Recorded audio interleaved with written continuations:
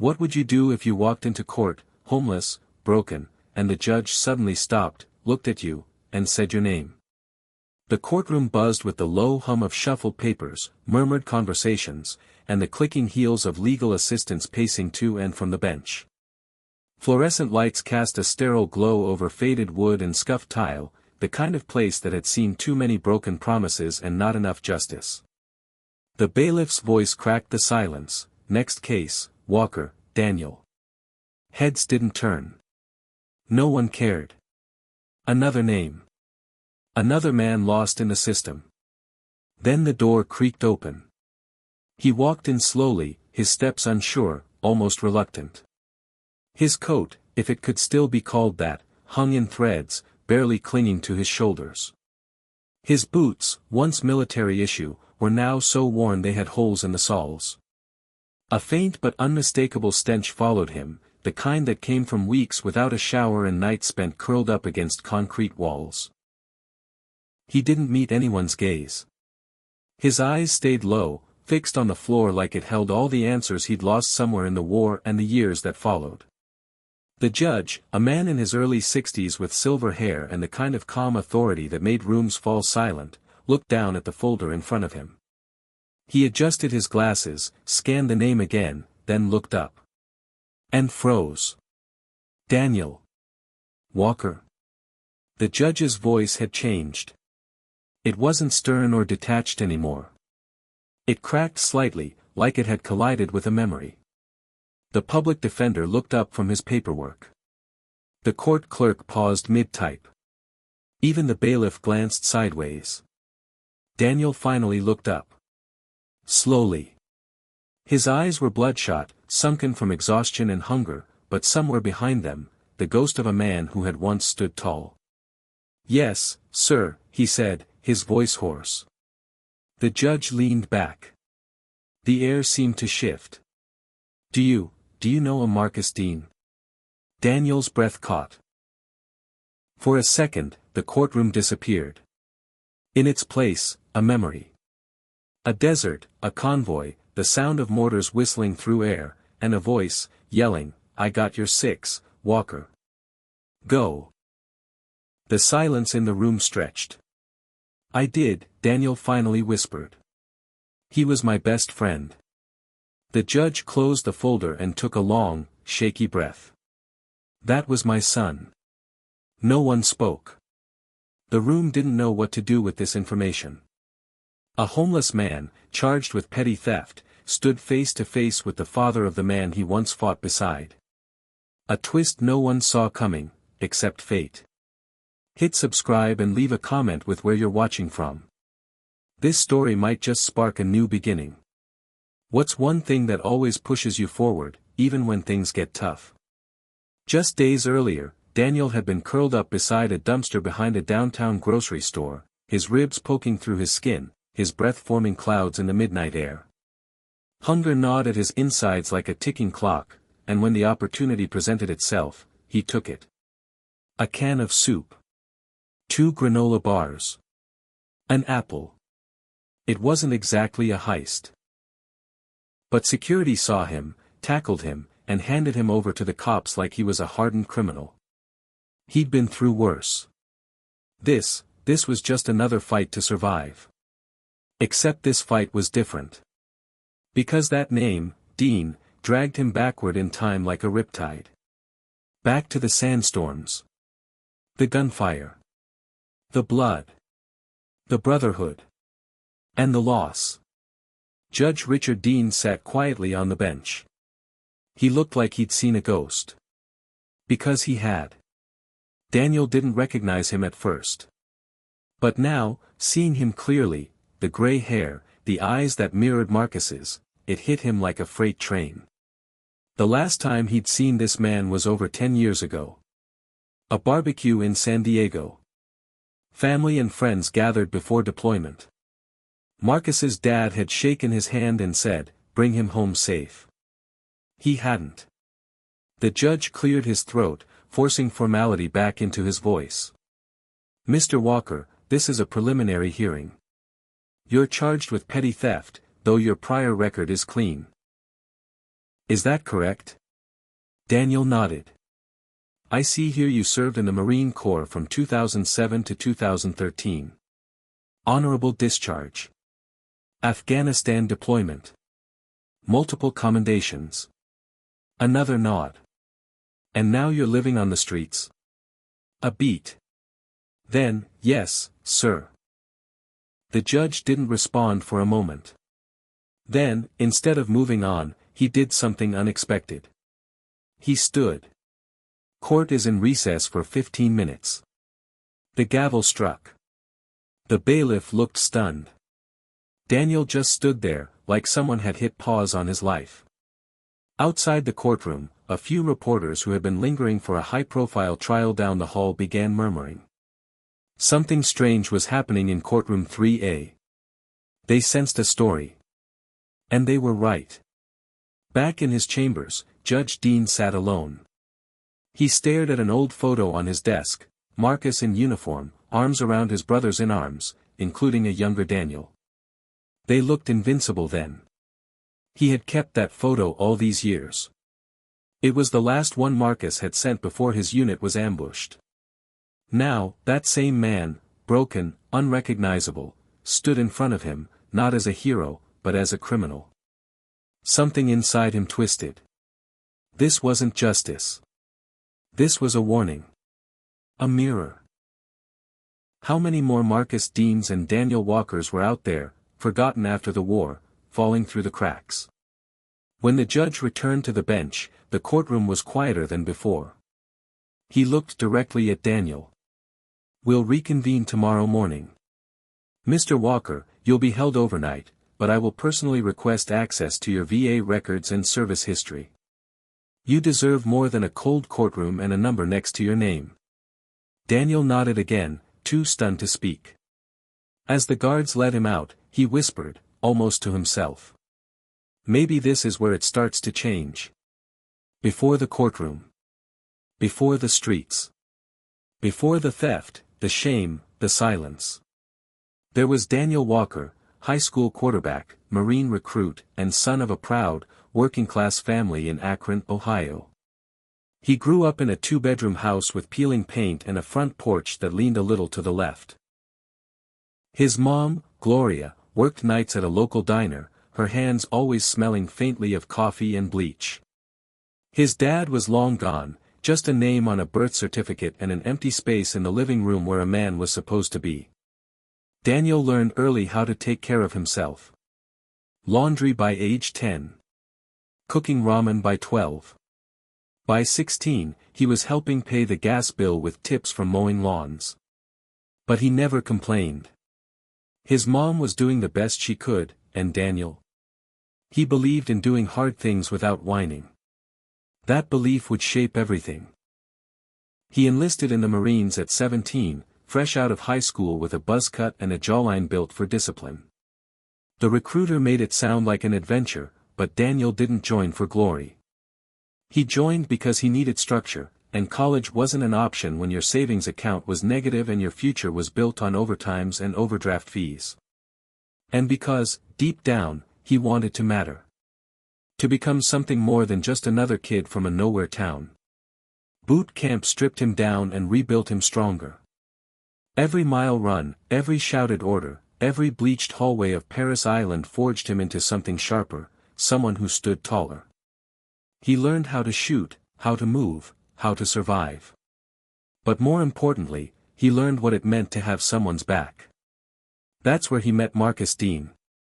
They weren't supposed to be friends.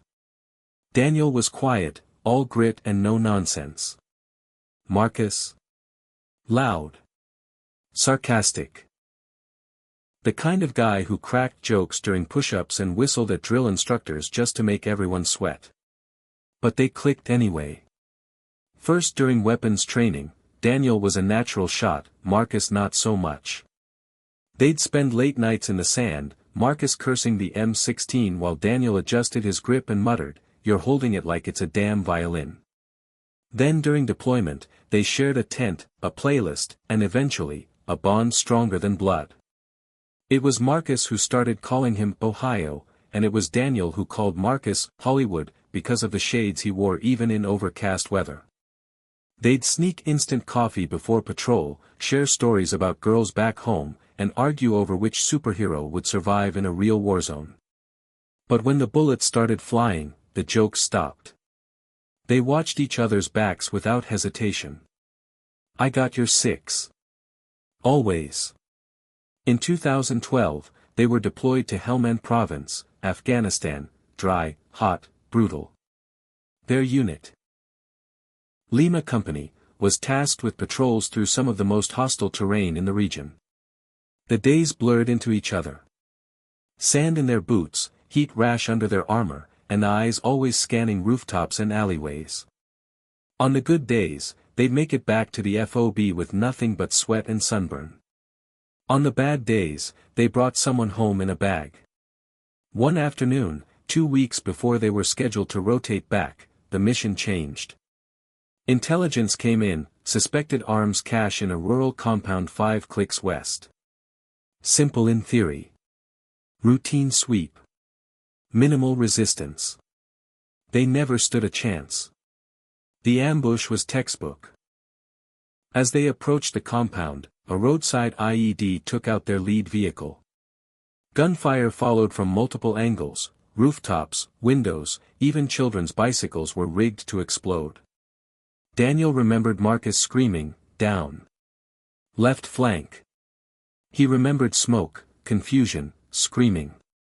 Then, the moment that would never leave him. Marcus, bleeding from a gash above his eye, crawling across open ground to pull another Marine to safety. He looked back at Daniel and shouted, "Go! I've got your six." It was the last thing Marcus ever said. Daniel carried his body back to the evac point. Blood soaked through his own uniform. Something broke inside him that day. Not just grief, guilt. Like he'd failed a promise no one else heard but him. When they got back stateside, Daniel didn't speak for days. At the debrief, he answered questions like a robot. Everyone called him a hero. He didn't feel like one. The funeral was quiet. Military honors. Folded flag. Tears from people Daniel didn't know. Judge Richard Dean had hugged him tightly and said, "Thank you for bringing him home." Daniel couldn't respond. He didn't believe Marcus was really home. Not in that box. Not like that. After the funeral, things spiraled quickly. Daniel tried to stay in the Corps, but the next mission felt meaningless. He couldn't sleep. Couldn't focus. Couldn't breathe unless something was about to explode. He was medically discharged the next year with a diagnosis he didn't even believe in, post-traumatic stress disorder. They handed him a folder, a list of VA resources, and a half-hearted, "Thank you for your service." He went back to Akron, but everything had changed. His mom was sick, barely making it on disability. Friends had moved on, married, had kids. He was 25 and felt 50. The nights were the worst. He kept replaying that moment, Marcus's eyes, the scream, the sound of the rifle as the world went white. Over and over. Until he stopped sleeping entirely. Daniel tried therapy. Once. He walked out after 20 minutes. Tried the VA job center. They lost his paperwork. Tried drinking. That one stuck around longer than it should have. By the time his mom passed away in 2018, Daniel had already stopped trying. The house was repossessed. The car died. His world collapsed into a duffel bag and a bench outside a 24-hour diner. From Marine to memory. From memory to ghost. And yet somehow, now, years later, broken, and accused of stealing a can of soup, the name Marcus Dean had dragged it all back to the surface. It wasn't over. The past hadn't forgotten him. And maybe, just maybe, it was time he stopped trying to forget it too. There are friends, and then there are battlefield brothers, the kind of bond forged not through time, but through survival. Daniel Walker had never believed in soulmates, not in the romantic way, anyway. But if such a thing existed in war, Marcus Dean was his. They weren't just two Marines assigned to the same unit. They were a balance.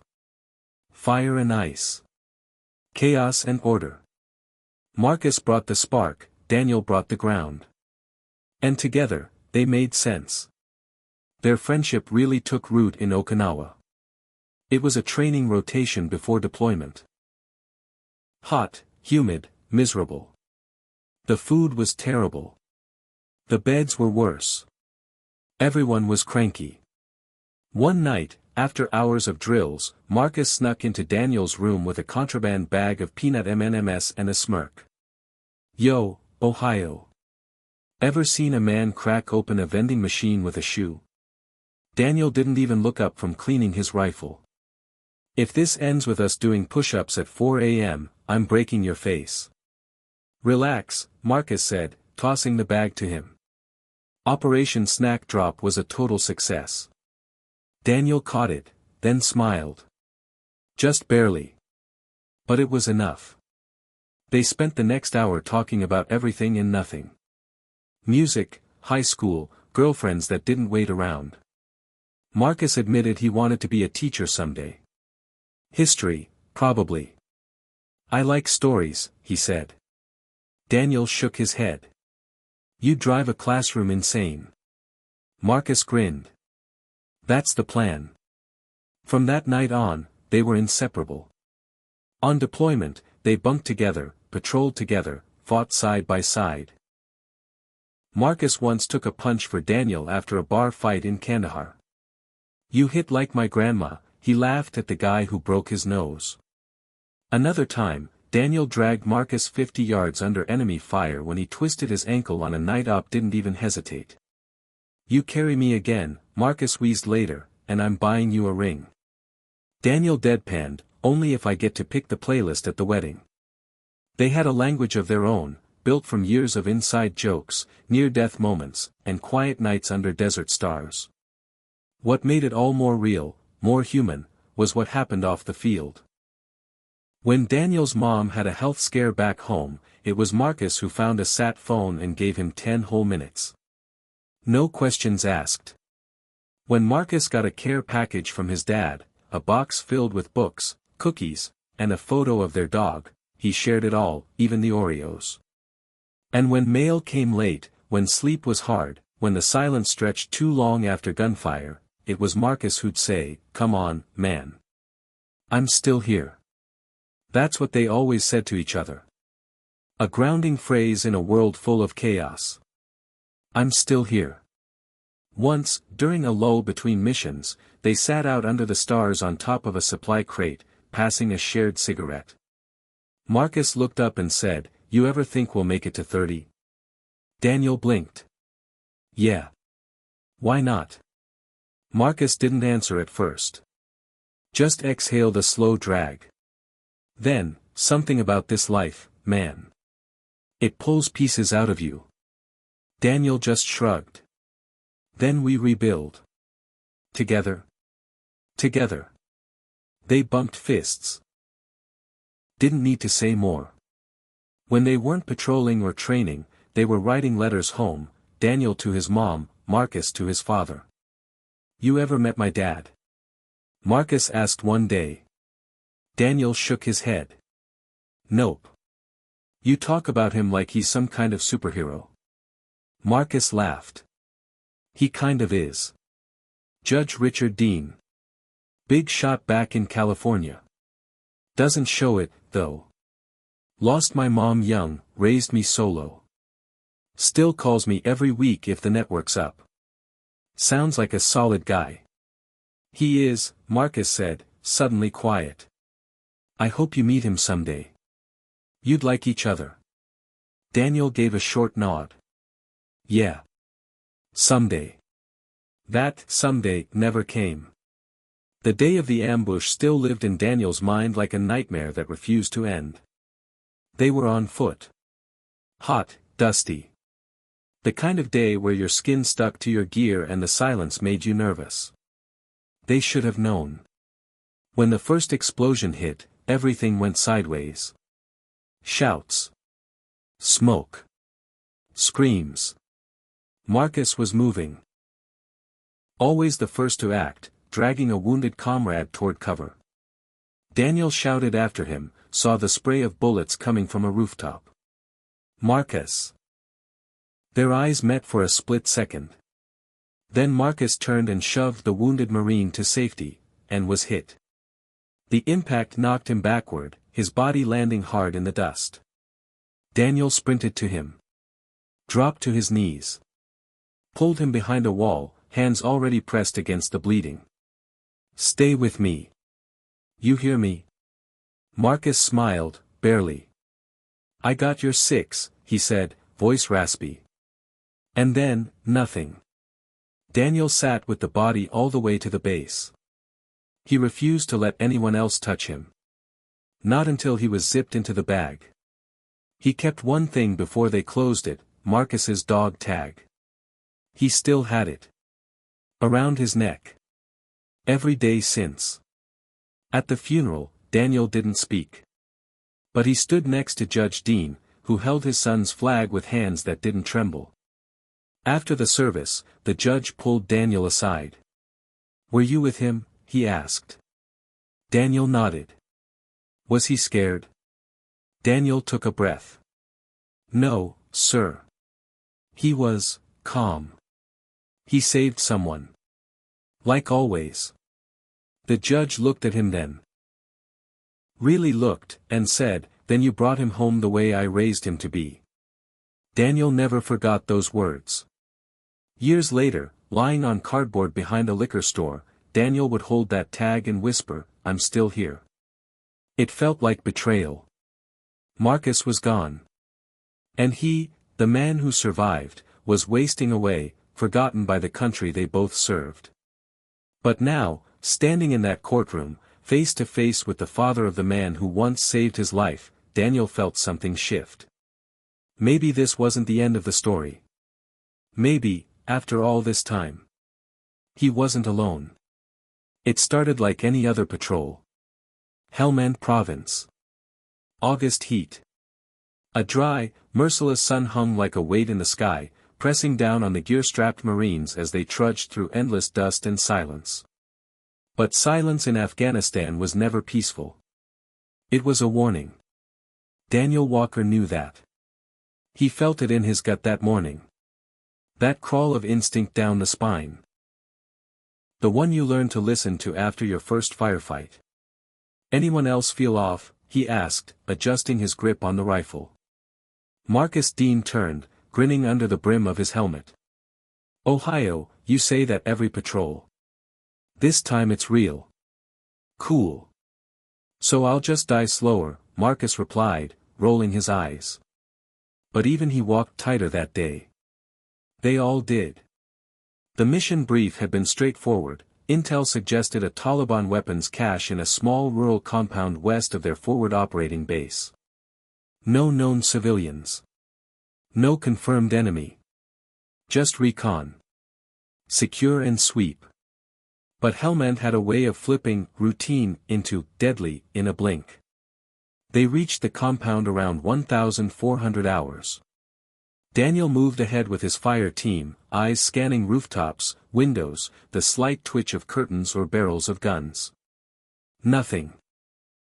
They moved in, boots crunching on gravel, sweat dripping down necks and backs. The silence grew heavier. Then came the first click. Barely audible. But to a Marine, it's louder than a gunshot. IED, someone screamed. The explosion ripped through the ground just behind them. Dust. Fire. Screaming. Gunfire followed instantly, from above, from behind, from places that were supposed to be clear. It wasn't an accident. It was a setup. Daniel hit the ground hard, adrenaline kicking in before thought. He scanned for targets, returned fire, covered his team. To his right, a young private screamed for help, bleeding from the leg. Daniel was already moving. Then, Marcus. He was out in the open, dragging the wounded private toward cover. Marcus. Left side. Rooftop. But Marcus didn't stop. Bullets sliced through the air, pinging off the ground. Daniel watched in slow motion, saw the muzzle flash from a window, saw the shot hit Marcus in the shoulder, spinning him sideways. Then another. To the abdomen. Marcus dropped. "Cover me!" Daniel shouted, voice hoarse, shaking. He sprinted, ignoring the chaos, sliding in beside Marcus as the dust began to settle. Blood. So much blood. Seeping into the dry soil like an offering. "I got you," Daniel whispered, hand pressing on Marcus's wound. "Stay with me, man. Look at me." Marcus's lips trembled. "I'm still here." Daniel laughed, a choked, panicked sound. "Yeah. You better be." "You're 6, Marcus murmured, eyes starting to glaze. And then, nothing. Daniel screamed. Not a word. Just sound, raw, animal, broken. He pulled Marcus's body into cover. Held pressure on the wounds. Radioed for medevac. But it was too late. The rest of the firefight blurred. Reinforcements came. The compound was cleared. But Daniel barely moved. He stayed with Marcus's body until the helo arrived. Sat beside the stretcher the entire way back, hands still slick with blood. "I should have gotten there faster," he kept whispering. "I should have seen it." Back at base, no one asked questions. They knew the look on Daniel's face. Knew not to interrupt whatever haunted him. Marcus's dog tags were handed over with the rest of his personal effects, but Daniel slipped one into his own pocket. The other would go to the family. This one stayed with him. 2 days later, Daniel stood alone outside the chapel tent, a cigarette burning between his fingers. Captain Avery approached, hesitated. "Walker. I know it doesn't feel like it, but you did everything you could." Daniel didn't look at him. "Did I?" "He saved a life. That private, Ramirez, he would have died out there. So did Marcus. And you brought him home." Daniel crushed the cigarette under his boot. A week later, they rotated stateside. Daniel should have felt relief. But he didn't. There was a hole inside him. Something he couldn't name. A silence he couldn't break. He sat in briefings. Attended grief counseling. Nodded in all the right places. But inside? He was gone. The day they landed in San Diego, the families were waiting. Banners. Balloons. Tears. Daniel stepped off the plane and didn't see anyone. Just Marcus's dad, Judge Richard Dean, standing in a pressed suit, holding a folded American flag. They didn't speak right away. Just stared. Then Dean said, quietly, "He always spoke highly of you." Daniel nodded, jaw clenched. "He wrote that you were more than his friend. You were his brother." Daniel blinked, eyes burning. Dean held out his hand. "Thank you for bringing him home." Daniel shook it. But part of him wanted to scream. He hadn't brought Marcus home. Not really. Not whole. That night, in a government-provided hotel room, Daniel stared at the ceiling until sunrise. He didn't sleep. Didn't dream. Just clutched Marcus's tag in his hand and waited for the weight in his chest to kill him. A week later, he was discharged on mental health grounds. The war was over. But the real fight had just begun. The war ends for some with a flight home and a handshake. For others, it never ends. Daniel Walker's homecoming was quieter than he'd imagined, not that he'd ever really imagined it. After Marcus died, he stopped picturing a future. He stepped off the bus in Akron with one duffel bag, a manila envelope of discharge paperwork, and a body that still flinched at every car backfiring. His mother was waiting at the bus stop. Her hair had gone grayer, thinner. She hugged him like she thought he might disappear. "You're so thin," she whispered, running her hand down his arm. "I'm okay, Ma," he lied. But he wasn't okay. He didn't sleep. Didn't talk much either. The VA prescribed sleeping pills and referred him to a PTSD group. He sat in the back, arms crossed, eyes locked on the floor while other vets took turns spilling their trauma like it was a confession booth. He never said a word. The therapist told him silence was a symptom. Daniel thought it was self-defense. The less you say, the less you feel. He tried to pick up the pieces. Applied for work at the Home Depot near the highway. The manager saw Marine Corps on the resume and said, "We love hiring veterans." He lasted 2 weeks. The noise, the drills, the forklifts, the loudspeakers, it was too much.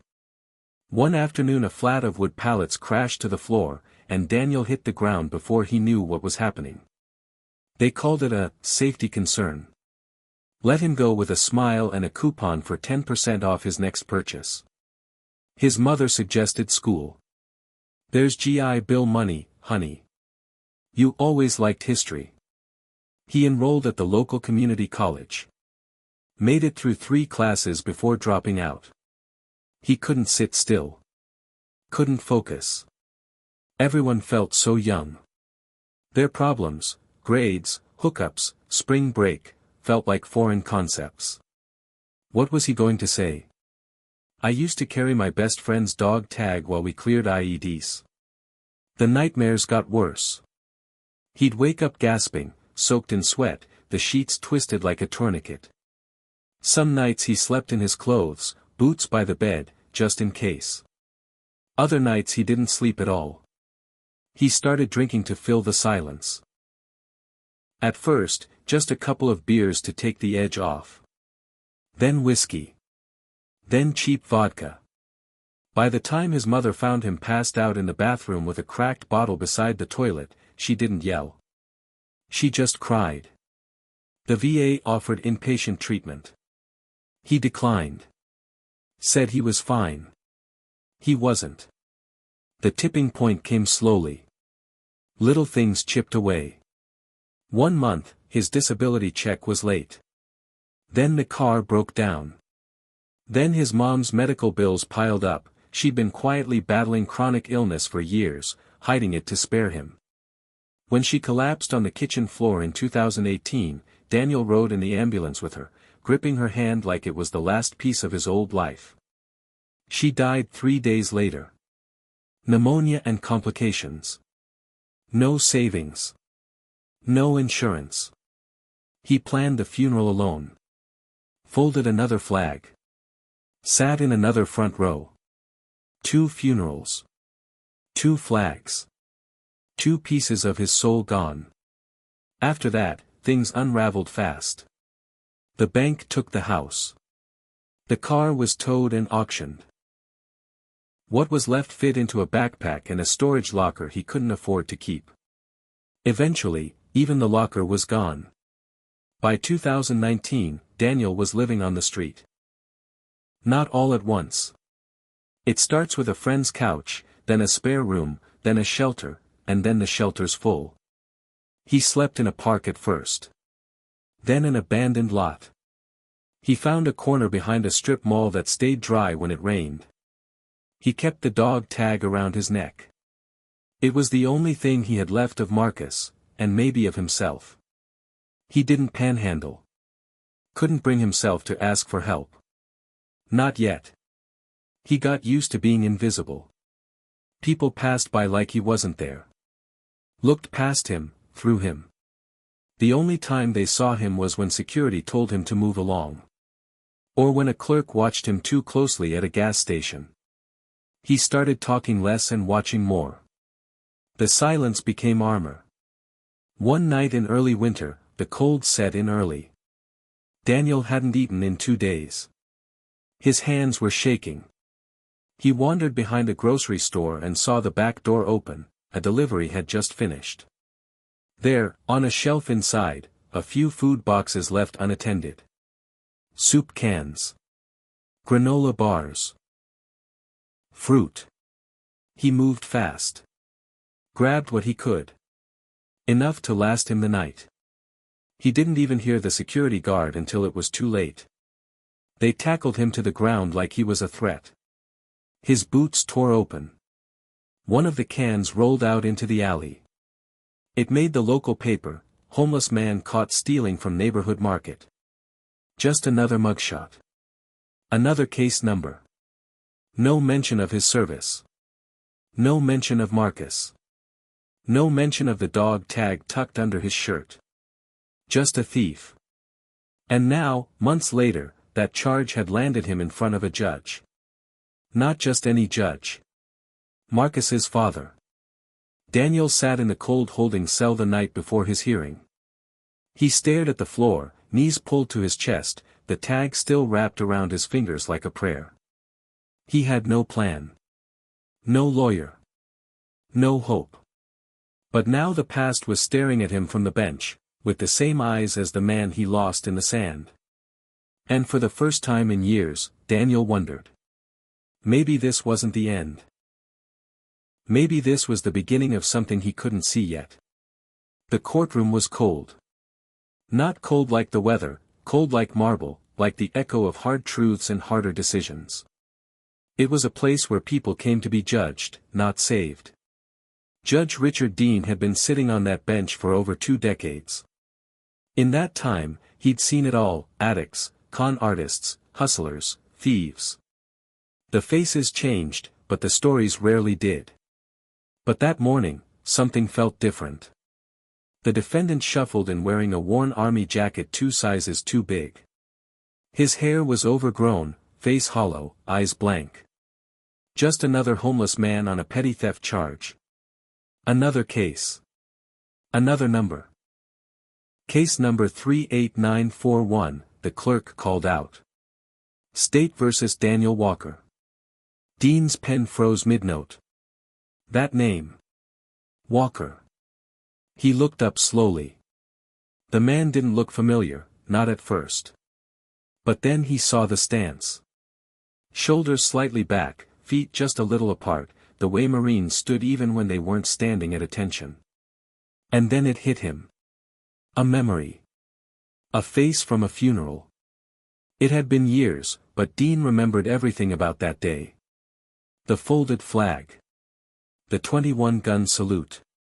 The quiet, sharp-eyed Marine who stood beside Marcus's coffin without shedding a tear. Daniel Walker. The man who brought his son home. He felt the room tilt slightly. This couldn't be the same person. The Daniel Walker he remembered was proud, strong. Decorated. The kind of man his son trusted with his life. Not this. Not the gaunt stranger standing handcuffed in front of his bench, accused of stealing canned soup from a grocery store. Dean cleared his throat. Mr. Walker, do you have legal representation? Daniel didn't speak at first. Then he mumbled, "No, Your Honor." Dean leaned forward slightly. "Are you choosing to represent yourself?" Another pause. No one else offered. The voice was quieter than he remembered, but it was there. A rasp of something deeper, buried. Dean glanced at the report in front of him. Theft. No priors. Unemployed.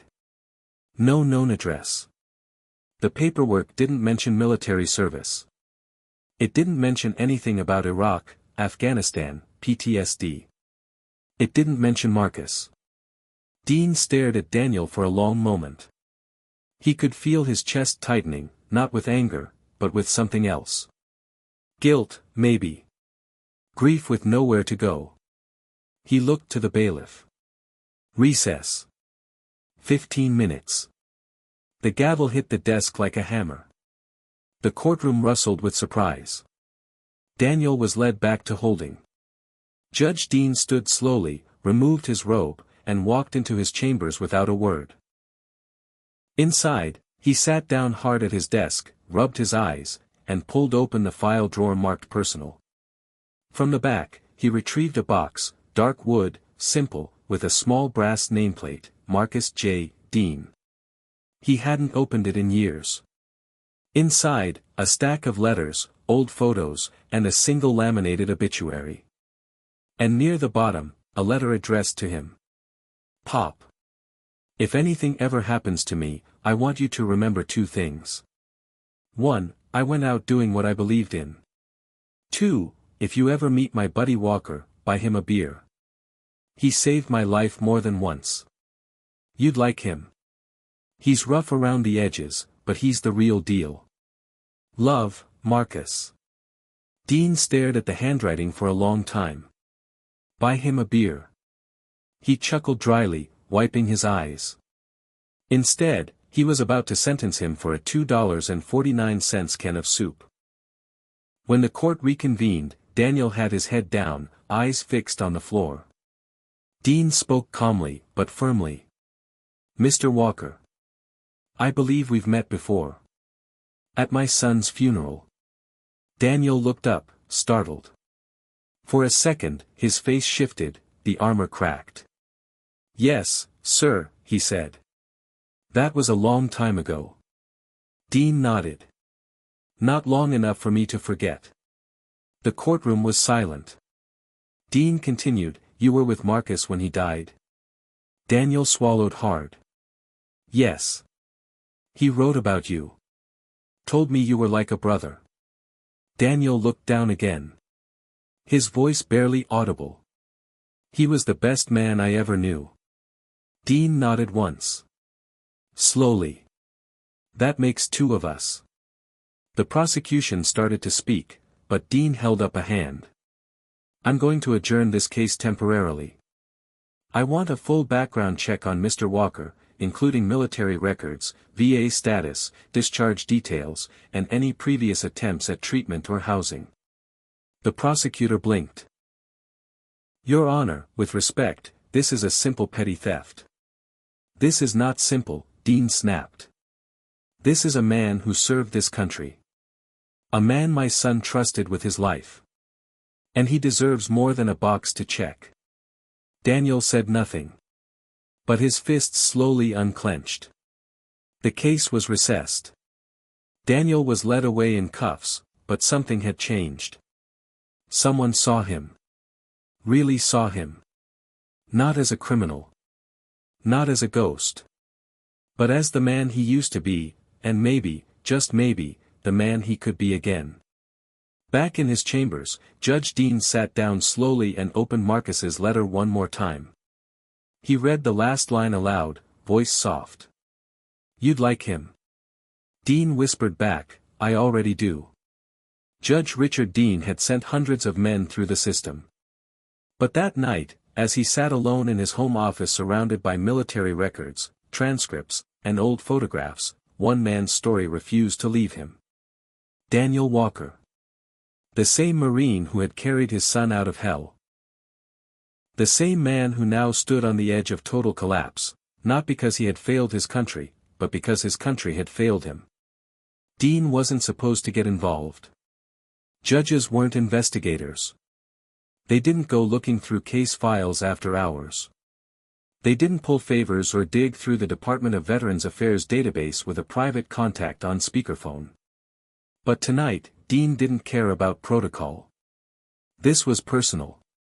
Yeah, I remember Walker, said the man on the phone, a retired VA caseworker who owed Dean a favor. Marine, combat vet, 3 deployments. Iraq and Afghanistan. Was he ever hospitalized? Twice. Severe PTSD.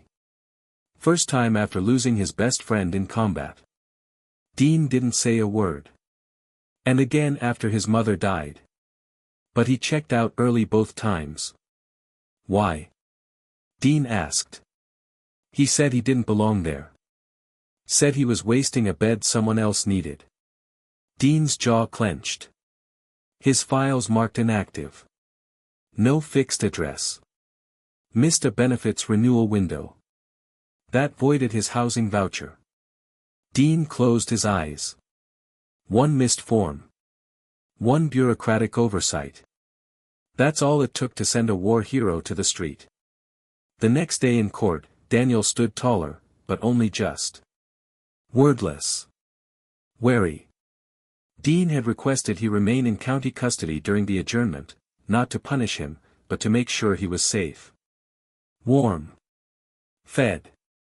He noticed Daniel's hair had been trimmed. His eyes were clearer. The difference 48 hours of sleep and 3 meals could make was staggering. "Mr. Walker," Dean said evenly, "I've reviewed your military records. I've also made some calls. You served honorably. 3 combat tours.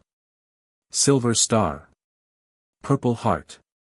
A murmur ran through the courtroom. Daniel's expression didn't change. Dean continued, "You were discharged in 2016 for medical reasons. Diagnosed with chronic PTSD, correct?" Daniel hesitated, then nodded. "Yes, sir." "And your mother passed shortly after?" His throat tightened. "Yes." "And since then, have you received any consistent mental health treatment?" "No, sir." "Why not?" Daniel looked at the floor. "I tried. But I kept falling through the cracks." Dean let that sit. The courtroom was silent. This wasn't just a theft case anymore. This was a reckoning. Later that day, Dean called in a private meeting with the court-appointed public defender and the prosecutor. "I'm not throwing this man in jail," he said flatly. "He committed a crime," the prosecutor argued. Dean's voice was low, steady. "He stole canned food. Out of desperation. After a system he risked his life for turned its back on him." The defender added cautiously, "Your Honor. I've seen similar veterans court diversion programs in LA and Austin. Rehabilitation instead of incarceration. Maybe. I want that explored," Dean said. "Fully. He needs help, not a record." That night, Dean sat with Marcus's box again. He pulled out a photo, the 2 Marines in uniform, smiling on some dusty base halfway across the world. Marcus had his arm around Daniel's shoulder. They looked invincible. Dean exhaled, almost a whisper. "I owe you this, son." Back in holding, Daniel sat on the edge of his bunk, staring at the wall. He hadn't touched the food. He still didn't believe this was real. A judge, Marcus's father, was fighting for him. It didn't make sense. Why not just throw the book at him and be done with it? He reached into his shirt and pulled out the tag. Ran his thumb over the engraved name. Marcus Dean. The sound of boots echoed in the hallway. The guard unlocked the door. "Walker. Court wants you back in the morning. Early." Daniel nodded. He still didn't know what tomorrow held. But for the first time in a long time, he wanted to find out. The next morning, the courtroom was quieter than usual. No buzzing chatter. No last-minute whispering between lawyers. Just a thick silence hanging like fog. Daniel Walker stood beside the public defender, his posture still guarded but subtly different, like a man waiting for the punch that may never come. Judge Dean scanned the room before speaking. This court recognizes that justice is not always about punishment. Sometimes, it's about healing. He paused, then looked directly at Daniel. "Mr. Walker, based on your service record, medical history, and lack of prior criminal activity, I'm offering you entry into the county's veteran diversion program." Daniel's brow furrowed. "What is that?" "It's an alternative to incarceration. It includes housing assistance, mandatory counseling, weekly court check-ins, and job training. You'll be monitored closely. Slip up once, and you'll be back in front of me, and this time, there won't be an offer." He leaned forward slightly. "But you complete the program. Your charges get dismissed. Your record stays clean." Daniel stared at him like the words were in another language. "You do that, for me?" "No," Dean said quietly. "I'm doing it for my son. Because he believed in you. And because I think, deep down, you still believe in yourself, even if it's buried. The courtroom held its breath. Daniel looked down at his hands. Calloused. Shaking slightly. He closed his eyes. And nodded. That afternoon, Daniel was released into transitional housing, a small but clean veterans unit downtown. His own bed. A hot shower. A clean pair of boots. He took 10 minutes just staring at the water as it ran through his fingers. Real. Every Thursday morning, he was due in front of Judge Dean for progress updates. He'd have to meet with a therapist twice a week. Report to a VA caseworker. Attend group meetings with other veterans in the program. Submit to random drug tests. Find and maintain part-time work or job training within 60 days. It was a long list. But it was more structure than he'd had in years. And somewhere inside, the Marine in him responded to that structure like muscle memory. The first group therapy session was rough. 6 veterans sat in a ring of plastic chairs, each with their own ghosts. Some older, Gulf War, Desert Storm. Some younger, kids barely out of high school. Tattoos, scars, 1,000-yard stares. No one spoke at first. Then someone said, "What's the point?" A pause. Another voice, "There is no point.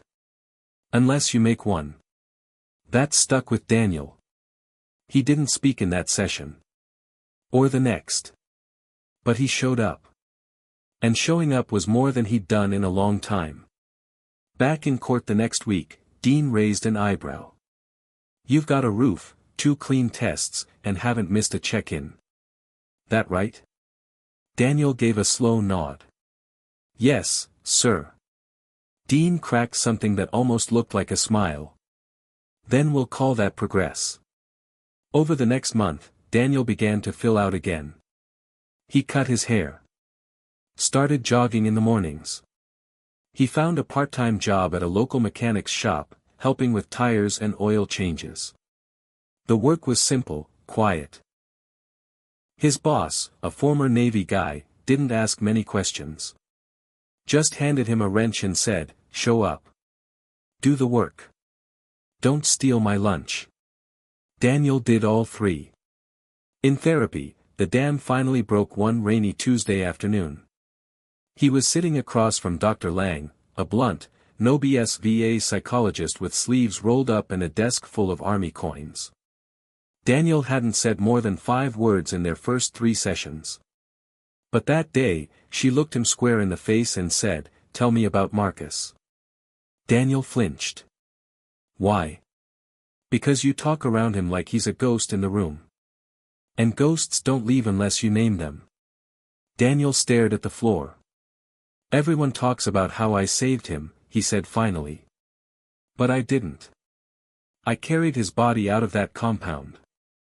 I dragged him out too late. I didn't save him." Silence. Lang waited. Daniel's voice cracked. "I see his face every night. I talk to him. He never answers." "You carry guilt," she said. "I carry him," he snapped.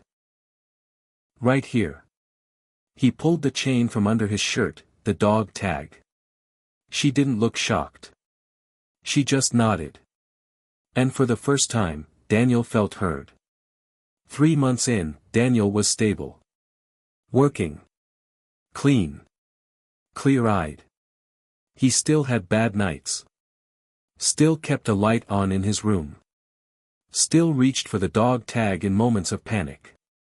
But he was fighting. And that meant something. At his next court check-in, Dean looked over the file and said, "You've exceeded expectations." Daniel shrugged. Not used to being called an overachiever. Dean smiled. "Maybe you just needed someone to expect more." A beat passed. Daniel cleared his throat. "I never said, thank you." Dean held up a hand. "You don't have to thank me." "I do," Daniel said. "Not just for the second chance. For seeing me." Dean's voice went quieter. My son saw you first.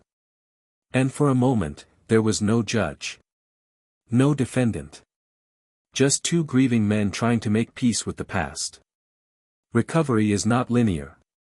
No one says that out loud when you're walking out of a courtroom with hope stitched back into your chest. No one warns you that even on your best days, the ghosts still know your address. Daniel had made it nearly 4 months. Clean. Employed. Focused. He got up every day at 6 a.m., ran 2 miles. Showered. Drank instant coffee while listening to the news like it mattered again. Clocked in at the mechanic shop, hands greasy by 9. But progress, he was learning, had blind spots. It started with a sound. Backfiring from an old pickup in the shopyard. The noise wasn't new, but that day, it came from behind him. Sudden. Sharp. Like a whip crack through time. Before he even realized it, he was flat on the ground behind a toolbox, chest heaving, vision swimming. His coworker, Joe, leaned over him. "Hey, Walker. You okay?" Daniel blinked like waking from a nightmare. Yeah, just lost my balance." Joe nodded slowly. Didn't press. But Daniel felt the eyes follow him the rest of the day. That night, he skipped group therapy for the first time. He told himself it didn't matter. 1 session. He stopped running the next morning. Too tired. Started showing up to work 5 minutes late. Stopped shaving. No one noticed, or if they did, they didn't say anything. But the pattern was forming. Subtle, like hairline fractures before a collapse. Then came the date. June 18th. He hadn't circled it, hadn't spoken it aloud. But his body remembered. The anniversary of the day Marcus died. That morning, Daniel stared at the calendar like it was mocking him. He didn't go to work. Didn't call in. Instead, he walked. Nowhere in particular. Just miles of sidewalk, half-empty parking lots, and memories. The sun beat down.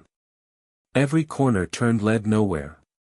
Eventually, his feet took him to an old liquor store 2 blocks from the shelter where he used to sleep.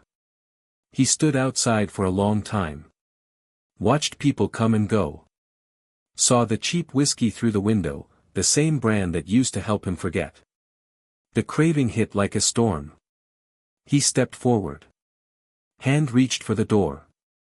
But then, a flash of metal against his chest. Marcus's dog tag. He gripped it, knuckles white. And turned away. That night, he finally showed up at group. He looked like hell. Eyes bloodshot. Shirt soaked with sweat. Silent. The room welcomed him anyway. A woman across the circle, army medic from Fallujah, said quietly, "Bad days are still days. You came back. That's what matters." Daniel didn't speak. But he stayed. At the next court check-in, Judge Dean noticed the difference immediately.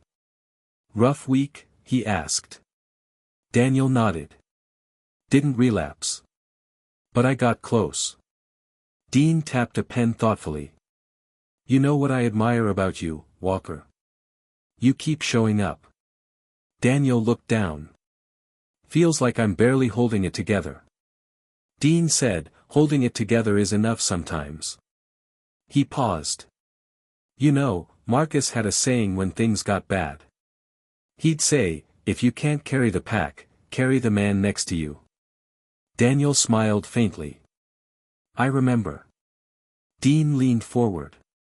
"So let us carry you for a while. That's why we're here." A few days later, Daniel walked into his therapist's office and placed something on her desk. It was the bottle he'd nearly bought. Still full. Still sealed. "I want to remember," he said. "That I had a choice." She didn't say anything. Just nodded. And wrote something quietly in her notes. "Patient demonstrates self-awareness under emotional strain. Turning point. That night, Daniel sat in his apartment staring out the window. He realized something terrifying and beautiful. He didn't want to die anymore. He wasn't ready to say he wanted to live. But he wanted to try. And that was enough. Daniel wasn't sure when it happened, but somewhere between the stale days of sleeping in shelters and the distant echoes of combat, he'd lost track of what honor meant. When you spend enough time in survival mode, honor becomes a luxury. It's a concept that gets buried under layers of pain, grief, and forgotten promises. The men and women you've sworn to protect become distant memories, and in the end, it's just you. You alone. But there was something different about this time. It started with an invitation. Daniel had been 3 months into the veteran diversion program when a letter arrived at his small apartment. It was formal, embossed with a gold seal. Dear Mr. Walker. On behalf of the Veterans Association of Greater Los Angeles, we would like to formally invite you to our annual Memorial Day ceremony. This year, we are honoring those who have served with courage, dedication, and sacrifice. We would be honored if you could join us as a guest of honor. The ceremony will be held at the Veterans Memorial Park on May 25 at 10 a.m. We understand the personal nature of this request and hope that you will consider attending, as your service has made an indelible mark on our community. Daniel stared at the letter, his pulse quickening. Guest of honor. He set the letter down slowly, like it might burn his fingers. The words swam on the page, his service. His sacrifice. The ceremony. It felt unreal. He hadn't seen himself that way in years. The decision was harder than it seemed. For days, he debated. His first instinct was to say no, to ignore it, throw it away, pretend it never arrived. The thought of standing in front of people, sharing a piece of his past with strangers, was suffocating. What if they didn't see him for who he was now? But something deep inside, something he hadn't listened to in a long time, told him he needed to go. Not for them, but for himself. So, after days of internal struggle, Daniel made the call. He would go. The morning of the ceremony, Daniel dressed carefully, black slacks, a clean shirt, boots polished to a gleam. He even found his old Marine jacket, stuffed in the back of the closet with dust and cobwebs. It was tight around the shoulders, but he didn't care. He buttoned it up, running his fingers over the patches. Silver Star. Purple Heart. He stepped out of his apartment and into the cool morning air. The park was crowded when Daniel arrived. People were already gathered in small clusters, talking, catching up, shaking hands. Flags fluttered in the breeze. The sound of a bugle played faintly from the distance. He wasn't sure what he expected, maybe a small crowd. A handful of vets. Something intimate. But this was bigger. There were hundreds of people milling about, each wearing the same prideful look. The look of someone who had earned something not easily given. A volunteer approached him as he stepped forward. Mr. Walker, we've been expecting you. The young woman's smile was kind but nervous. If you'd like, we can show you to your seat. Daniel nodded, but he didn't move. He stood there for a moment, taking in the scene, his heart pounding. This wasn't just about them. It was about him. The ceremony started promptly at 10 a.m. Veterans, families, and the community gathered to honor the fallen. Speakers gave speeches. A choir sang songs that stirred memories Daniel thought he had buried. And then came the part he dreaded. The moment for the guest of honor. Ladies and gentlemen, the MC called, please welcome a man who needs no introduction to this community, a Marine who served 3 combat tours, who earned the Silver Star and Purple Heart for his heroism. Today, we honor not only his bravery but his journey of healing. Please give a warm welcome to Daniel Walker. Daniel stood, his legs shaking, as the crowd turned toward him. The applause felt like a flood, warm, yet unrelenting. Every clap seemed to echo with memories of Marcus and the men he had lost. He felt the weight of their gazes, their admiration, their judgment. He walked forward slowly, his jacket heavy on his shoulders. As he stepped onto the stage, the applause quieted, and the microphone was passed to him. For a moment, Daniel stood there, unsure of what to say. His mind raced.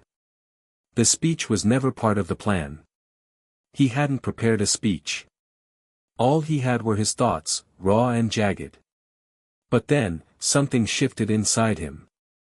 He took the microphone, looking out over the crowd, his voice rough at first.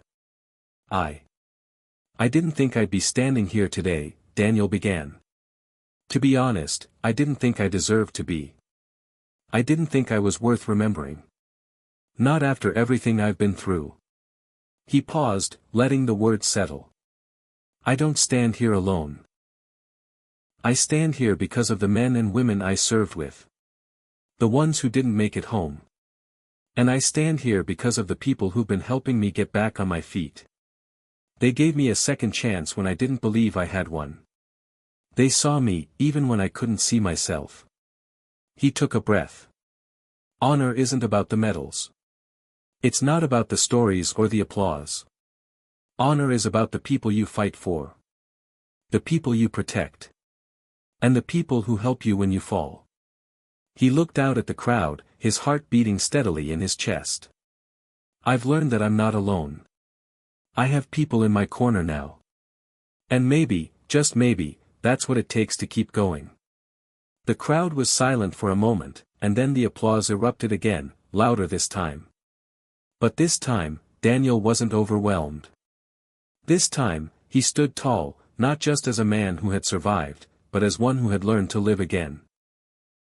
Later that afternoon, after the ceremony had ended, Daniel found a quiet corner in the park, away from the crowd.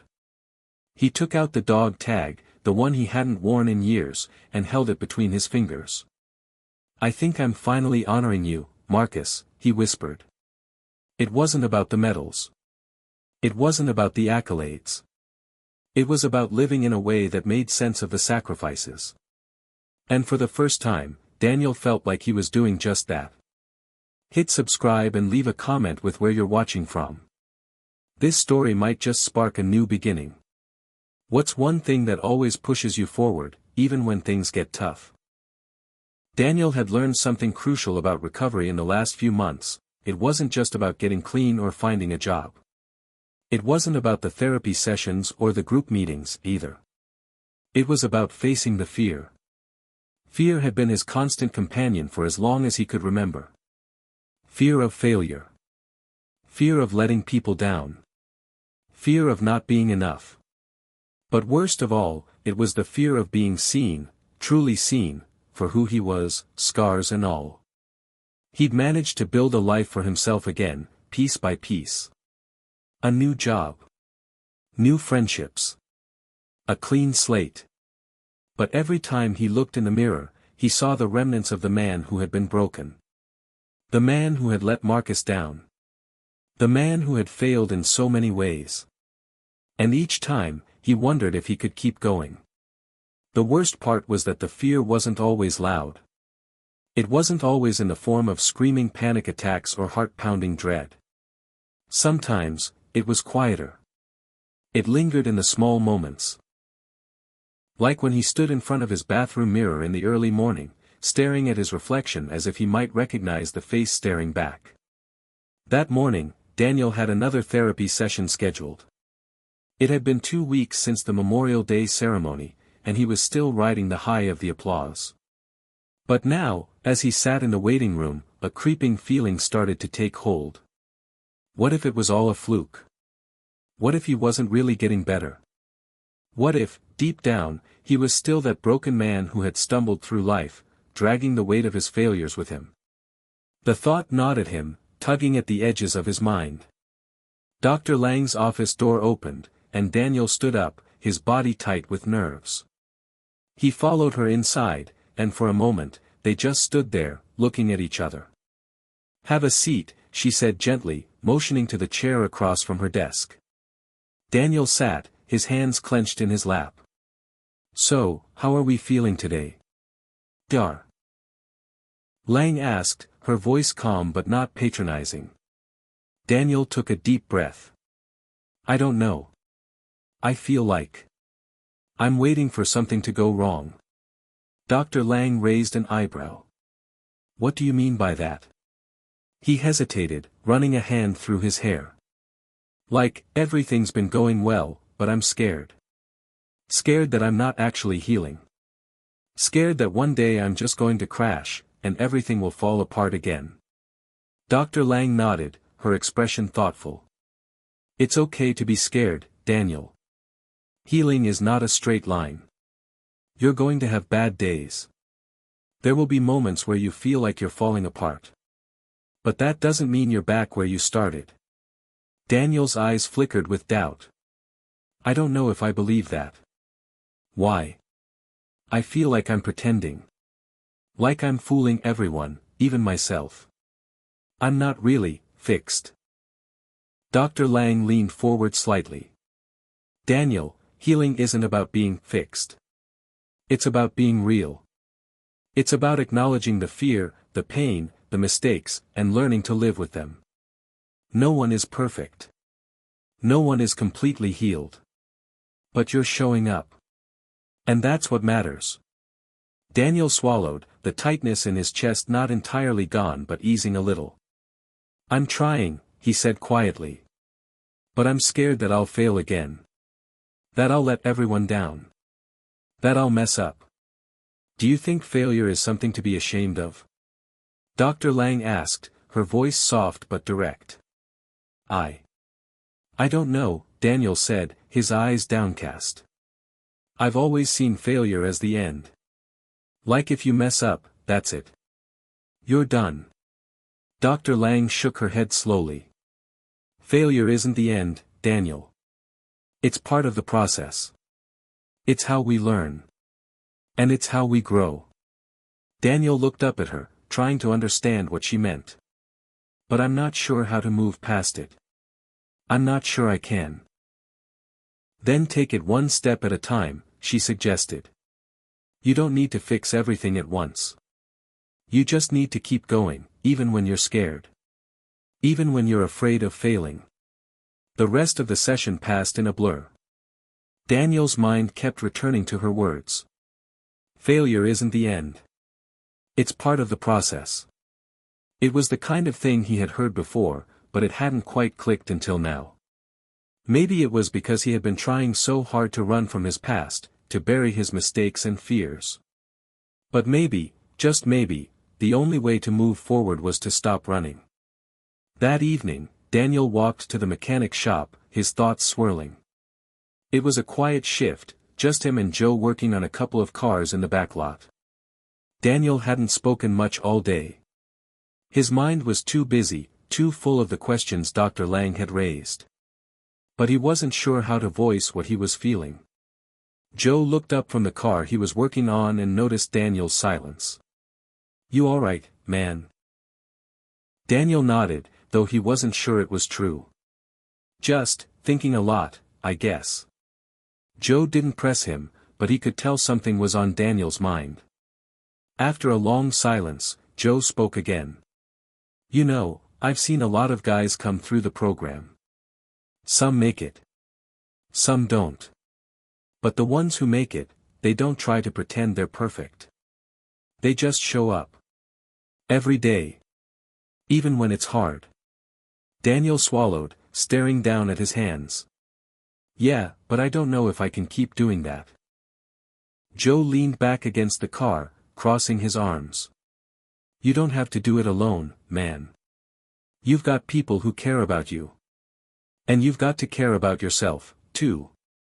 For the first time in a while, Daniel felt the weight on his chest lift slightly. Maybe Joe was right. Maybe he didn't have to do it alone.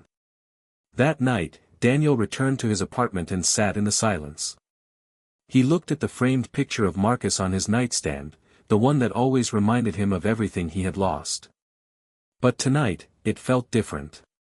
Instead of seeing it as a symbol of failure, he saw it as a reminder of the bonds he had forged, the battles they had fought together. And maybe, just maybe, he could honor that by facing his fears. By accepting that, even though he wasn't perfect, he was still worthy of a future. The fear would always be there, lurking in the corners of his mind.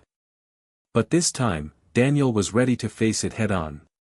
Forgiveness had never come easily for Daniel. For years, it had been a foreign concept, something other people could afford to do, but not him. How could he forgive himself for the things he had done? How could he forgive the world for taking Marcus away from him, for sending him home broken, for forcing him into a life that felt like an endless battle?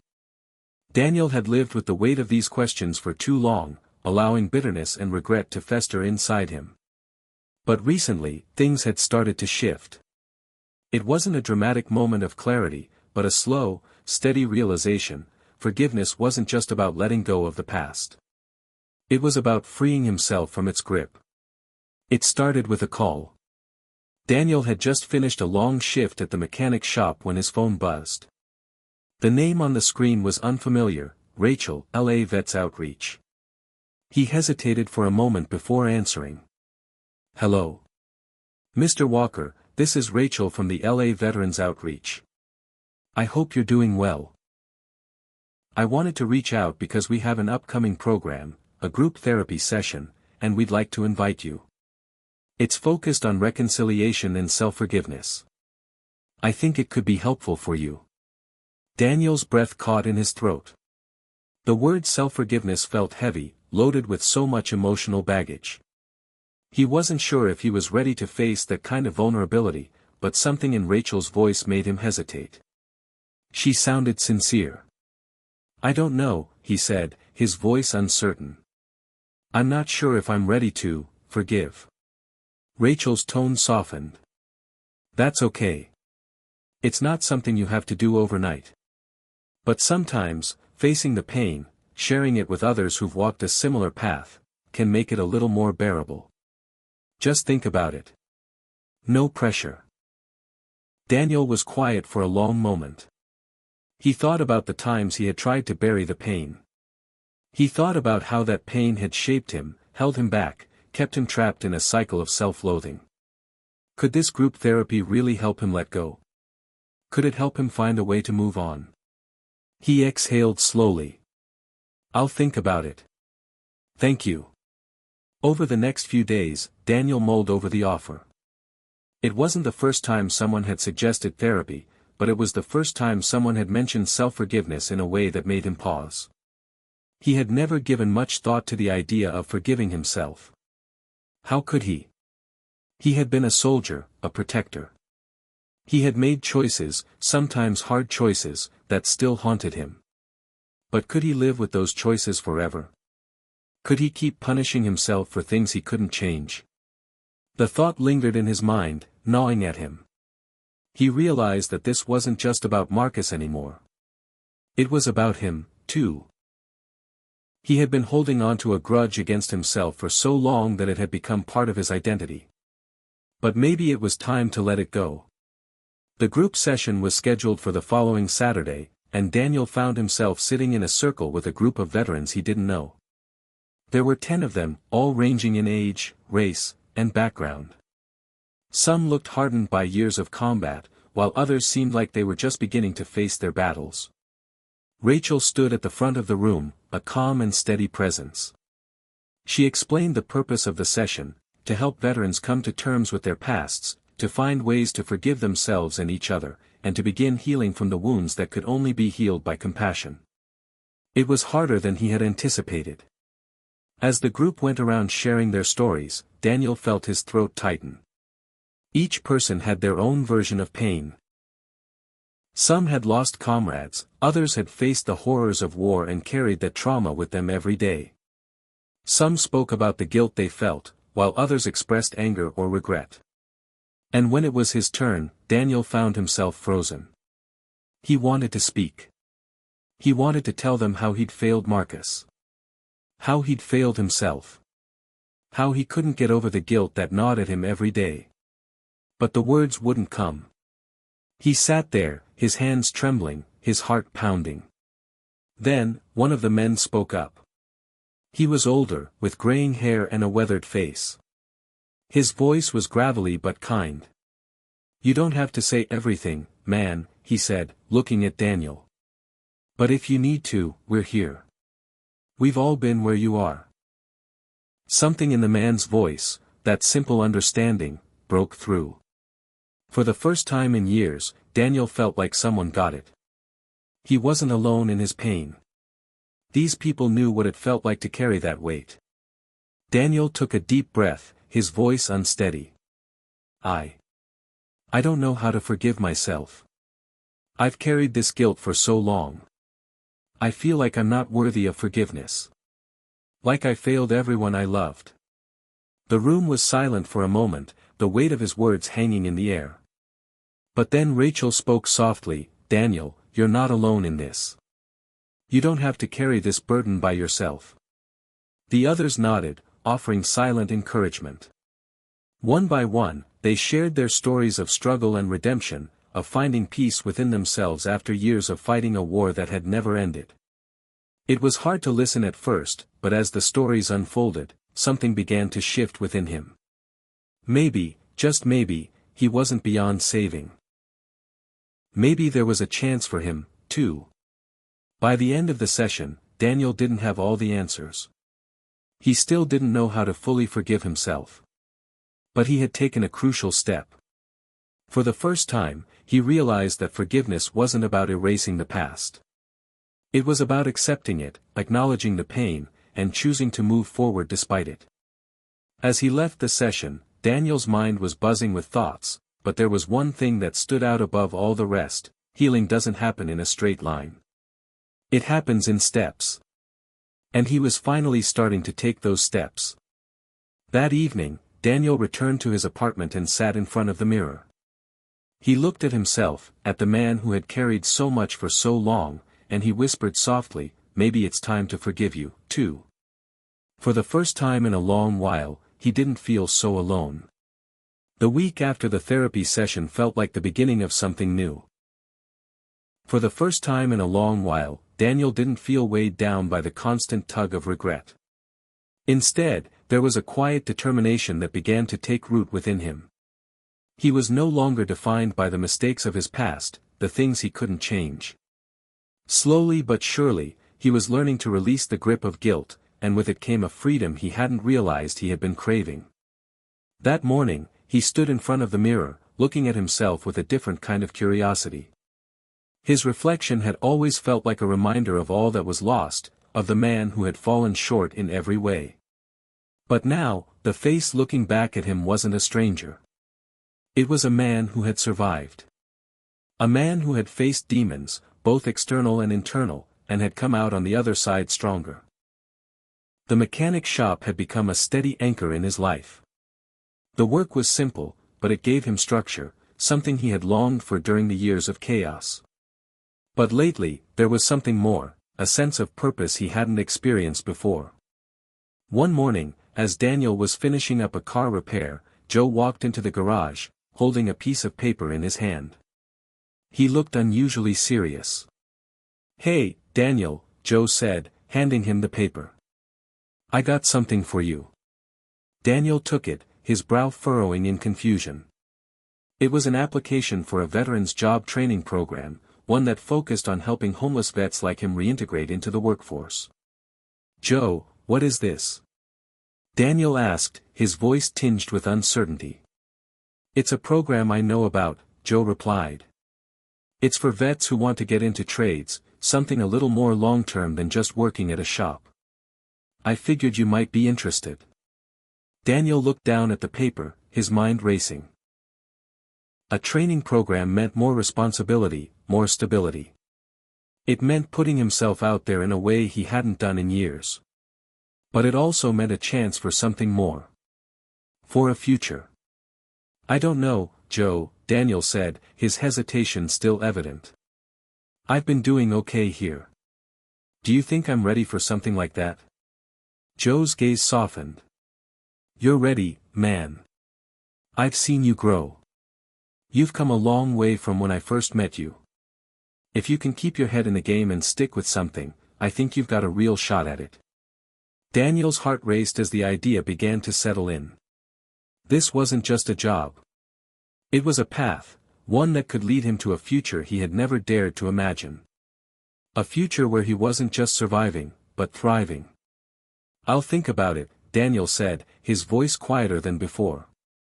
Later that day, as Daniel sat in his apartment, he couldn't shake the feeling that this was the opportunity he had been waiting for. The moment that could change everything. He had spent so long feeling stuck, trapped in his own mistakes and fears, but now he had a chance to step forward. A chance to finally carve out a new life. The thought was both exhilarating and terrifying. What if he failed again? What if he wasn't cut out for something bigger than what he was used to? But then again, what if he succeeded? What if this was the step that finally pushed him into the future he had always dreamed of, the future he had thought was beyond his reach? The next morning, he called Joe and told him he was going to apply for the program. "I'm doing it," Daniel said, the words leaving his mouth before he could second-guess himself. Joe's voice broke into a wide grin. "I knew you would, man. You got this." Over the next few weeks, Daniel threw himself into the application process. It wasn't easy. There were forms to fill out, interviews to attend, and a lot of moments when he doubted himself. But for the first time, he didn't back down. He kept pushing, determined to see it through. And then, one afternoon, the call came.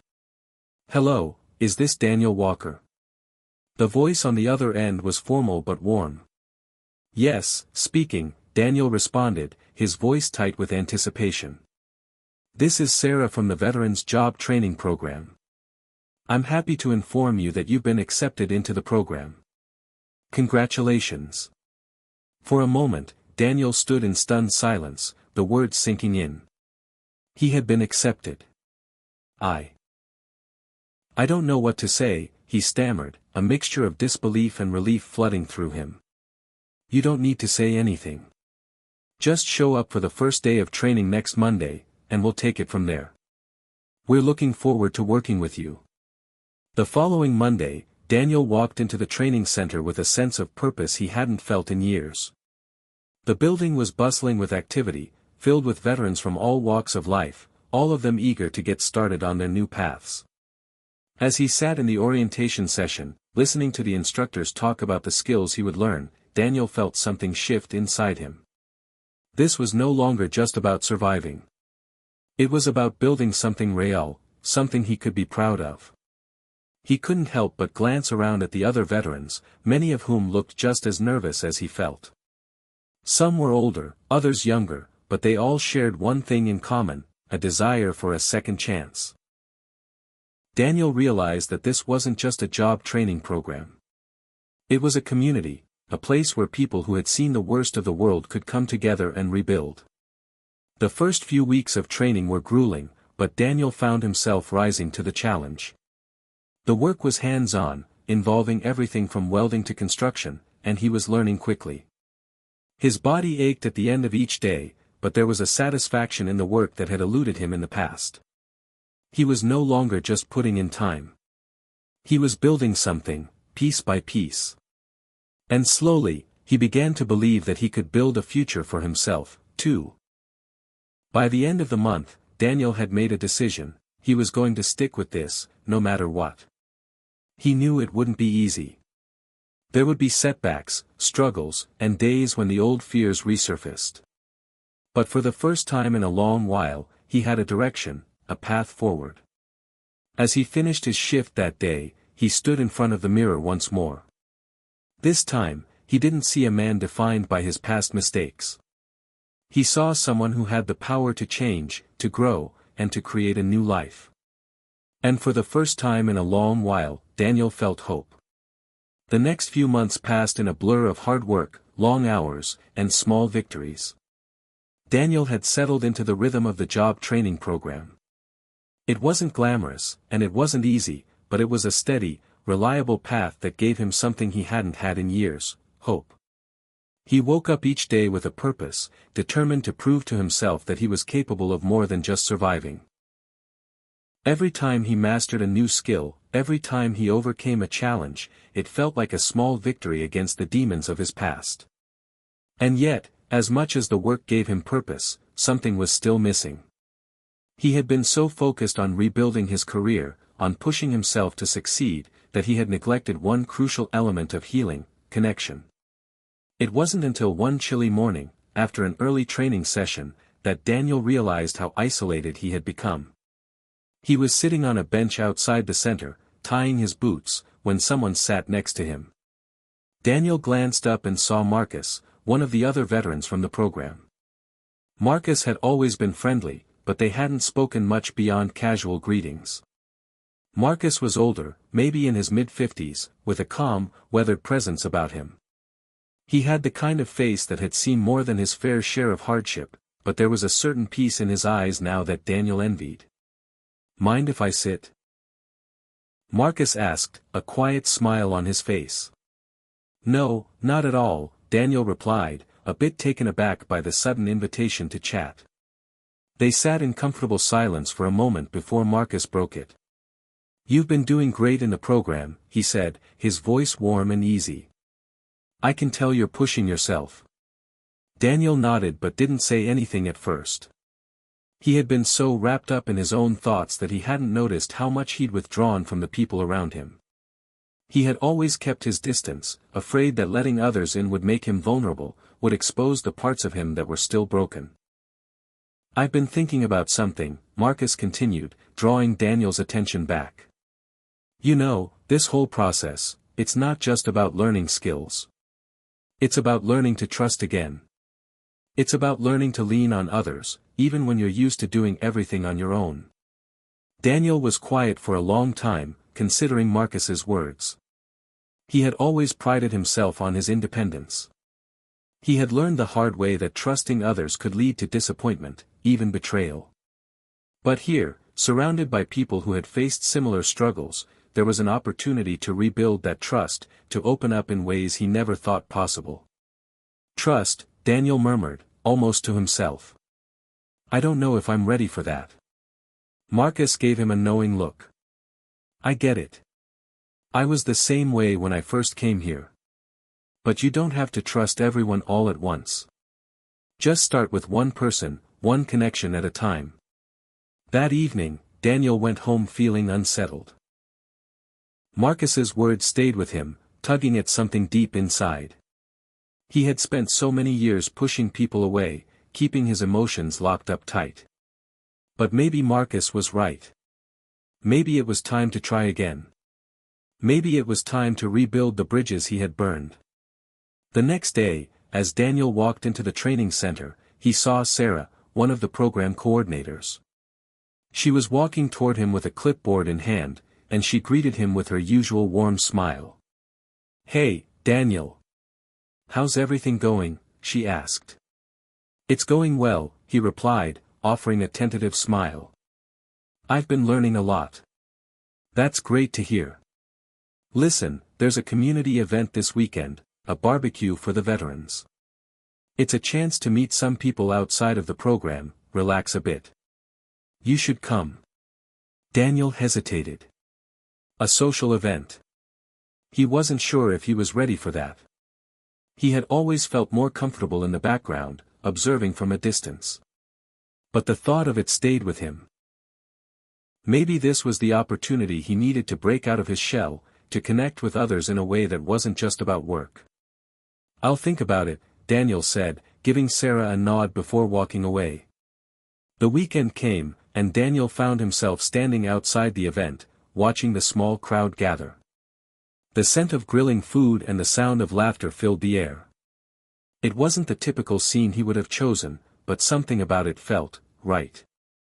There were veterans from all walks of life, young and old, each of them carrying their own story, their own struggles. At first, Daniel lingered near the outskirts, content to observe. He grabbed a plate of food and found a quiet corner to sit. But as the evening wore on, something began to change. He noticed the way people interacted with one another, the way they laughed, shared stories, and leaned on each other for support. These weren't just fellow soldiers, they were people who had come together to heal, to rebuild, to create something greater than themselves. As the sun began to set, Daniel saw Marcus again. He was talking to a younger veteran, laughing about something, his easygoing manner a stark contrast to the man Daniel had first met months ago. There was a change in Marcus, a peace that came from embracing the community around him. "Hey, Daniel!" Marcus called, waving him over. "Come on over. You're not going to sit alone all night, are you?" Daniel hesitated for a moment, then stood up, taking slow steps toward Marcus and the others. For the first time, he didn't feel like he was being dragged into something against his will. He felt like he was choosing this, choosing to be a part of something. As the evening wore on, Daniel found himself laughing, sharing stories, and even making a few new friends. He felt lighter than he had in a long time, as if a burden had been lifted from his shoulders. The walls he had spent so many years building around himself began to crumble, piece by piece. He was learning to trust again, not just in the program or in his own abilities, but in the people around him. For the first time in a long while, Daniel realized that healing wasn't just about fixing himself. It was about building connections, opening up to others, and accepting the help that was offered. It was about letting people in, even when the fear of being hurt loomed over him. As he looked around at the people who had become his new support system, Daniel felt a quiet sense of gratitude. He was no longer alone in this journey. He had found his bridge, and for the first time, it felt like it was leading him somewhere worth going. The days had begun to blend into one another, but in a way that felt different than before. Daniel was finally beginning to feel like his life was his own again. The hustle of the job training program had become a comforting routine, one that brought him more satisfaction than he had ever imagined. Every day, he woke up with a sense of purpose, each task completed a reminder that he wasn't the man he had been just a few months ago. But the reality of the future, one that was no longer defined by the shadow of his past, was still something Daniel grappled with. The work came easier now, but the quiet moments, the moments when he wasn't actively busy, were still fraught with unease. There were still doubts lurking beneath the surface, still fears of failure that whispered to him in the darkest corners of his mind. Still, something was different.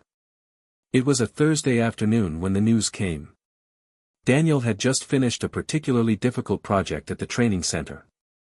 His hands were sore from welding, his shirt damp with sweat. He was packing up his tools when Sarah, the program coordinator, walked toward him with a bright smile. "Daniel, I've got something for you," she said, her voice filled with excitement. He wiped his brow, a bit puzzled. "What's up?" Sarah handed him a folder, the edges neatly pressed and crisp, and her eyes gleamed with anticipation. "Open it," she urged. Daniel took the folder, his hands trembling slightly as he opened it.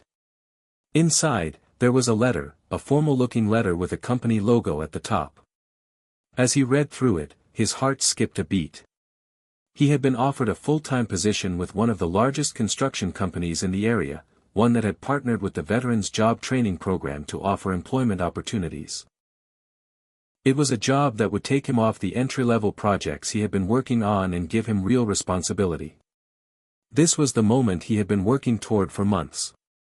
I got the job," Daniel whispered, almost not believing it. Sarah smiled, nodding. "You got the job, Daniel. You've earned it.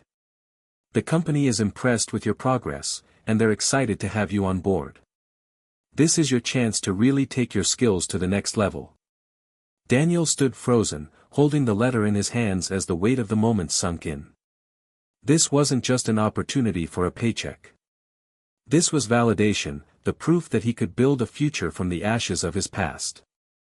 It was a dream come true, and yet, he felt an unfamiliar wave of panic rising inside him. The fear of failure, the fear of not being enough, threatened to drown him. He had worked so hard for this moment, but what if it wasn't enough? What if he couldn't handle the responsibility?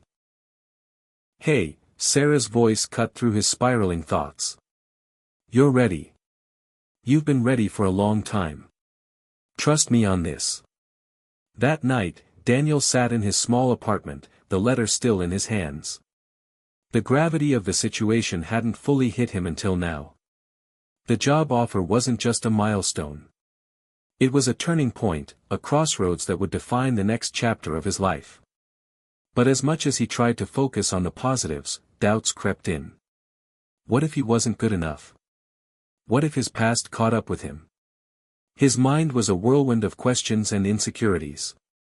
For the first time in a while, he found himself reaching for his phone. It was late, but he needed someone to talk to, someone who understood. His finger hovered over Marcus's name in his contact list, and then he hit send. A few seconds later, Marcus's voice came through the speaker. "Hey, Daniel. What's going on?" Daniel took a deep breath, his words coming out in a rush. "I got the job, with the construction company. They offered me a full-time position. I'm not sure I'm ready for it, Marcus." There was a brief silence on the other end before Marcus spoke, his tone steady and reassuring. "Listen, I get it. It's scary. It's a big step, and you're right to feel nervous. But you've come a long way. You're not the same guy who walked into that program a few months ago. You've proven you can handle this. You just need to trust yourself." Daniel felt a sense of relief flood over him. "I don't know why it's so hard for me to believe that." Marcus chuckled softly. "It's normal, man. We all doubt ourselves sometimes. But you've earned this. You've worked for it. And you've got people here who've got your back. Don't forget that." The next day, Daniel walked into the construction company's office with a renewed sense of determination. The nerves were still there, but they no longer paralyzed him. He had earned this, and he was going to prove that he could handle it. The interview process went smoothly, and before he knew it, he was shaking hands with his new supervisor, a middle-aged man named Tom who had a firm handshake and a no-nonsense attitude. "Welcome aboard, Daniel," Tom said with a smile. "I've heard good things about you. We're excited to have you join the team." Daniel nodded, his heart racing, but this time, the anxiety didn't feel as overwhelming. It was just another step in the journey. The first few weeks on the job were intense. Daniel was thrown into the thick of things, working on a variety of projects that challenged him in ways he hadn't anticipated. There were moments when he felt out of his depth, when the weight of responsibility seemed almost too much to bear. But every time he felt like giving up, he remembered the lessons he had learned during his training, the strength he had discovered in himself, and the people who had supported him along the way. One day, after a particularly grueling week, Daniel found himself back at the mechanic shop, his old safe haven. Joe was there, cleaning tools and getting ready to close for the night. "You look like you've been through the ringer," Joe observed with a smile. Daniel nodded, wiping sweat from his brow. "Yeah, it's tough, but I'm getting the hang of it." Joe grinned, his eyes gleaming with pride. "I knew you'd make it. Just keep pushing forward." Weeks turned into months, and Daniel found himself settling into his new life. The fear didn't disappear completely, but it no longer controlled him. He had come a long way, from the streets to a steady job in a field that promised growth. More importantly, he had learned to trust himself again. The darkness that had once surrounded him was still there, but now he had the tools to fight it, and the knowledge that he wasn't alone in the battle. For the first time in years, Daniel felt like he was standing on solid ground. The morning air felt different now. It was no longer the cold, oppressive chill of loneliness that Daniel had come to know all too well. There was something lighter about it, a crispness that hinted at possibility. He stood in front of his apartment complex, staring out at the horizon as the sun began to rise. For the first time in a long time, he felt like he belonged. He had a job, a steady routine, and even a small circle of people he could rely on. His life was still a work in progress, but the progress was undeniable. Yet, even with all the strides he had made, Daniel knew that the real test had yet to come. He had conquered the early hurdles, the small victories, the easy successes. But now, he was entering a phase that would require more than just hard work and determination. It would require him to confront the demons he had tried to bury for so long. The threshold he was crossing wasn't just a physical one, it was an emotional and psychological one, a moment where he had to let go of the past in order to fully embrace the future. It had been about a month since Daniel started his new job with the construction company. The work was challenging but rewarding, and his supervisors had begun to recognize his dedication and skills. But Daniel knew that while he had made great progress, there was still much left for him to prove, both to himself and to those around him. On one particularly difficult day, Daniel found himself on the job site, facing a project that seemed impossible. The team had been tasked with installing heavy equipment at a high-rise construction site. The machinery was tricky, and the stakes were high. One mistake could lead to a delay or worse, an injury. Tom, his supervisor, had given him the responsibility of overseeing the project's installation, and though Daniel had spent the last few weeks learning and growing in his role, he couldn't shake the anxiety that gripped him every time he looked at the machinery.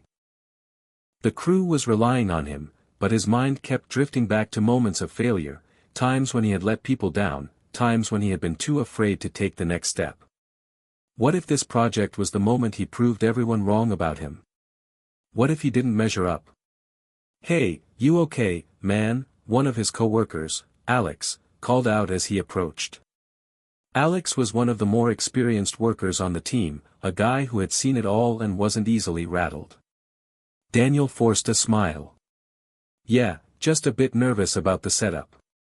"This is big." Alex patted him on the back. "Don't worry about it. You've got this. I've seen how you handle things. You're gonna be fine." Daniel's chest tightened, but he nodded. "Thanks, man. I appreciate it." The next few hours were a blur of action. Daniel coordinated with the team, double-checked measurements, and ensured everything was in place for the installation. The tension in the air was palpable as the machine was carefully lowered into position. Every move had to be precise, every measurement exact. One wrong move, and it could set the entire project back by days or even weeks. As the final piece of equipment was installed, Daniel let out a long breath he didn't realize he had been holding. Everything had gone smoothly. The crew cheered, congratulating one another for a job well done. But as the applause echoed around him, Daniel felt a strange sense of emptiness. It wasn't just the relief of completing a challenging task, it was something deeper. He realized that he had made it through the trial, but the fight wasn't over. "Great job, Daniel," Tom said, walking over to him with a smile. "You handled that like a pro. You're exactly what we need on this team." Daniel's heart swelled with pride.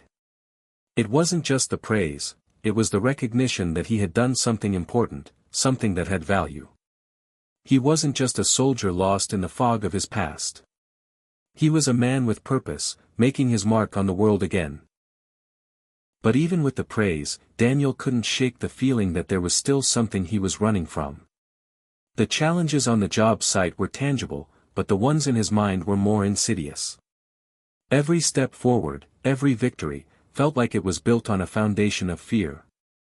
Fear of failure, fear of being seen as inadequate, and, worst of all, the fear that he was still that homeless veteran, undeserving of a second chance. That night, as he lay in bed, the weight of his thoughts pressed down on him. He thought back to the night he had met the judge, when everything had seemed so uncertain. The court had seemed like a distant world, one that no longer had anything to do with him. But in truth, that moment had been a turning point. He had been given a second chance, but now the question was, what was he going to do with it? His phone buzzed, pulling him out of his thoughts. It was a text from Marcus. "You good?" Daniel hesitated for a moment before replying. "Yeah, just thinking about everything." A few seconds later, Marcus responded. "I get it. Sometimes the quiet moments are the hardest. But you've come so far, man. Don't forget that." Daniel smiled, his fingers hovering over the keys. Marcus's words always seemed to ground him, reminding him of the strength he had forgotten he had. "Thanks, Marcus. I just feel like I'm waiting for the other shoe to drop, you know." The response came quickly. That's fear talking. It's the same fear that's been trying to hold you back. But here's the thing, you're already living your victory. You've crossed the hardest threshold. You're still here, still fighting. Don't let fear win now. Daniel stared at the message, the truth of it sinking in slowly. Fear had been his constant companion for so long, but he had already taken the hardest step. He had chosen to keep going. He had chosen to stand up, to build a future, and to face each day with the belief that he could make it. The next morning, Daniel walked into work with a renewed sense of purpose. The weight of the past still hung over him, but he wasn't running from it anymore. He was confronting it, using it as fuel to keep moving forward. The job site was bustling with activity, but Daniel felt a sense of calm wash over him. He had crossed a threshold. And though there were still challenges ahead, he knew that he was more than capable of meeting them head-on. As he picked up his tools and got to work, Daniel couldn't help but smile. For the first time in a long while, he felt like he was exactly where he needed to be. And that, in itself, was a victory. The weeks were flying by. What had started as a small, tentative step into a new life was now a series of firm, determined strides. Daniel was beginning to settle into a rhythm with his job, his apartment, and even his social life, though that part still felt a little foreign to him. He had found stability, something he never thought he'd experience again. But no matter how much he tried to hold on to it, there was always that nagging feeling, that quiet voice in his head, telling him he was still one mistake away from losing it all. But now, as the days blended into weeks, that voice was becoming quieter, at least, for the most part. He had gotten better at silencing it, focusing instead on what was in front of him, a career, a future, and, slowly, a sense of hope. It was a Thursday afternoon when the first crack in his newfound stability appeared. Daniel had been working steadily on a project at the job site, overseeing the installation of a new building framework. The crew had been moving at a steady pace, and the project was ahead of schedule. It was supposed to be a good day, one of those days where everything fell into place, when success seemed inevitable. But things didn't go according to plan. It started with a phone call from Sarah, his old job coordinator. She had called earlier that week, saying she needed to talk. He wasn't sure what it was about, but her tone had been serious. "Daniel, I'm really sorry to have to tell you this, but there's been an issue with the funding for the Veterans Program," Sarah said, her voice tight with tension. "They're going to be cutting back on some of the positions, and your position is one of those at risk." Daniel's heart sank. "What does that mean? Am I out of a job?" "I don't know yet. The program's still up in the air, but I wanted you to know, just in case you need to prepare. I'll do everything I can to make sure you stay on, but you should know that things are uncertain." Daniel took a deep breath, trying to steady his racing thoughts. He had fought so hard for this job, for a sense of purpose, and now it felt like it was all slipping through his fingers. "What am I supposed to do, Sarah?" "You stay strong. That's what you do. And you know I'll help you in any way I can," she assured him. "But right now, I can't promise anything. Just know that you're not alone in this." As the call ended, Daniel stood still, gripping the phone so tightly that his knuckles turned white. His mind raced, and his heart hammered in his chest. He had been doing everything right, working hard, showing up on time, earning respect. How could everything be falling apart so quickly? The ground beneath him felt unsteady, and he wasn't sure how to regain his footing. The next few days were a blur. Daniel went through the motions at work, overseeing his crew, meeting with his supervisors. But he couldn't shake the fear gnawing at him, the fear that his world was about to be shattered again. Every decision felt weightier now. Every mistake, no matter how small, seemed like it could be the one that cost him his job. The pressure built until he felt as though he was suffocating. At night, when he was alone in his apartment, he would stare at the walls, feeling the weight of his uncertainty. What if Sarah couldn't save him? What if he couldn't keep his job? What if this was it, the moment everything came crashing down. The fear of failure, the fear that had followed him for so long, began to resurface. His hard-won confidence felt fragile, as if one wrong move would break it apart. And he wasn't sure he could handle it. That Friday, just days after Sarah's call, Daniel had an unexpected visitor at the job site. It was Tom, his supervisor, who had called him into his office. Daniel had known that Tom was a man of few words, but the gravity in his tone when he asked him to come into his office left him with a sense of unease. "Sit down, Daniel," Tom said as soon as Daniel walked in. His tone was calm, but there was a hint of something else in his voice, something that made Daniel's stomach churn. Tom closed the door behind him, and for a moment, there was only silence.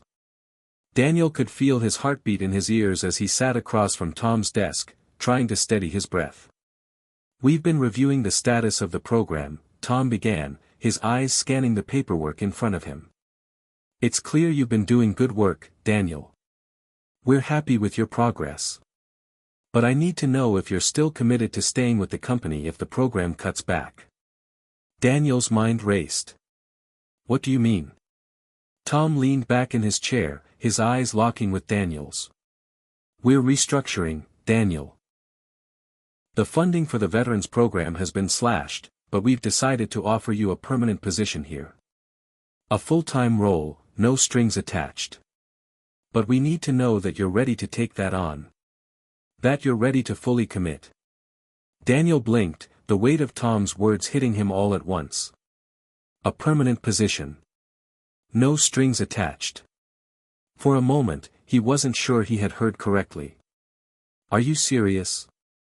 Daniel finally managed to ask, his voice barely above a whisper. Tom nodded. "We're serious. You've shown potential. You've shown us you've got what it takes. But you need to make the decision now." Daniel felt as though the world was spinning around him.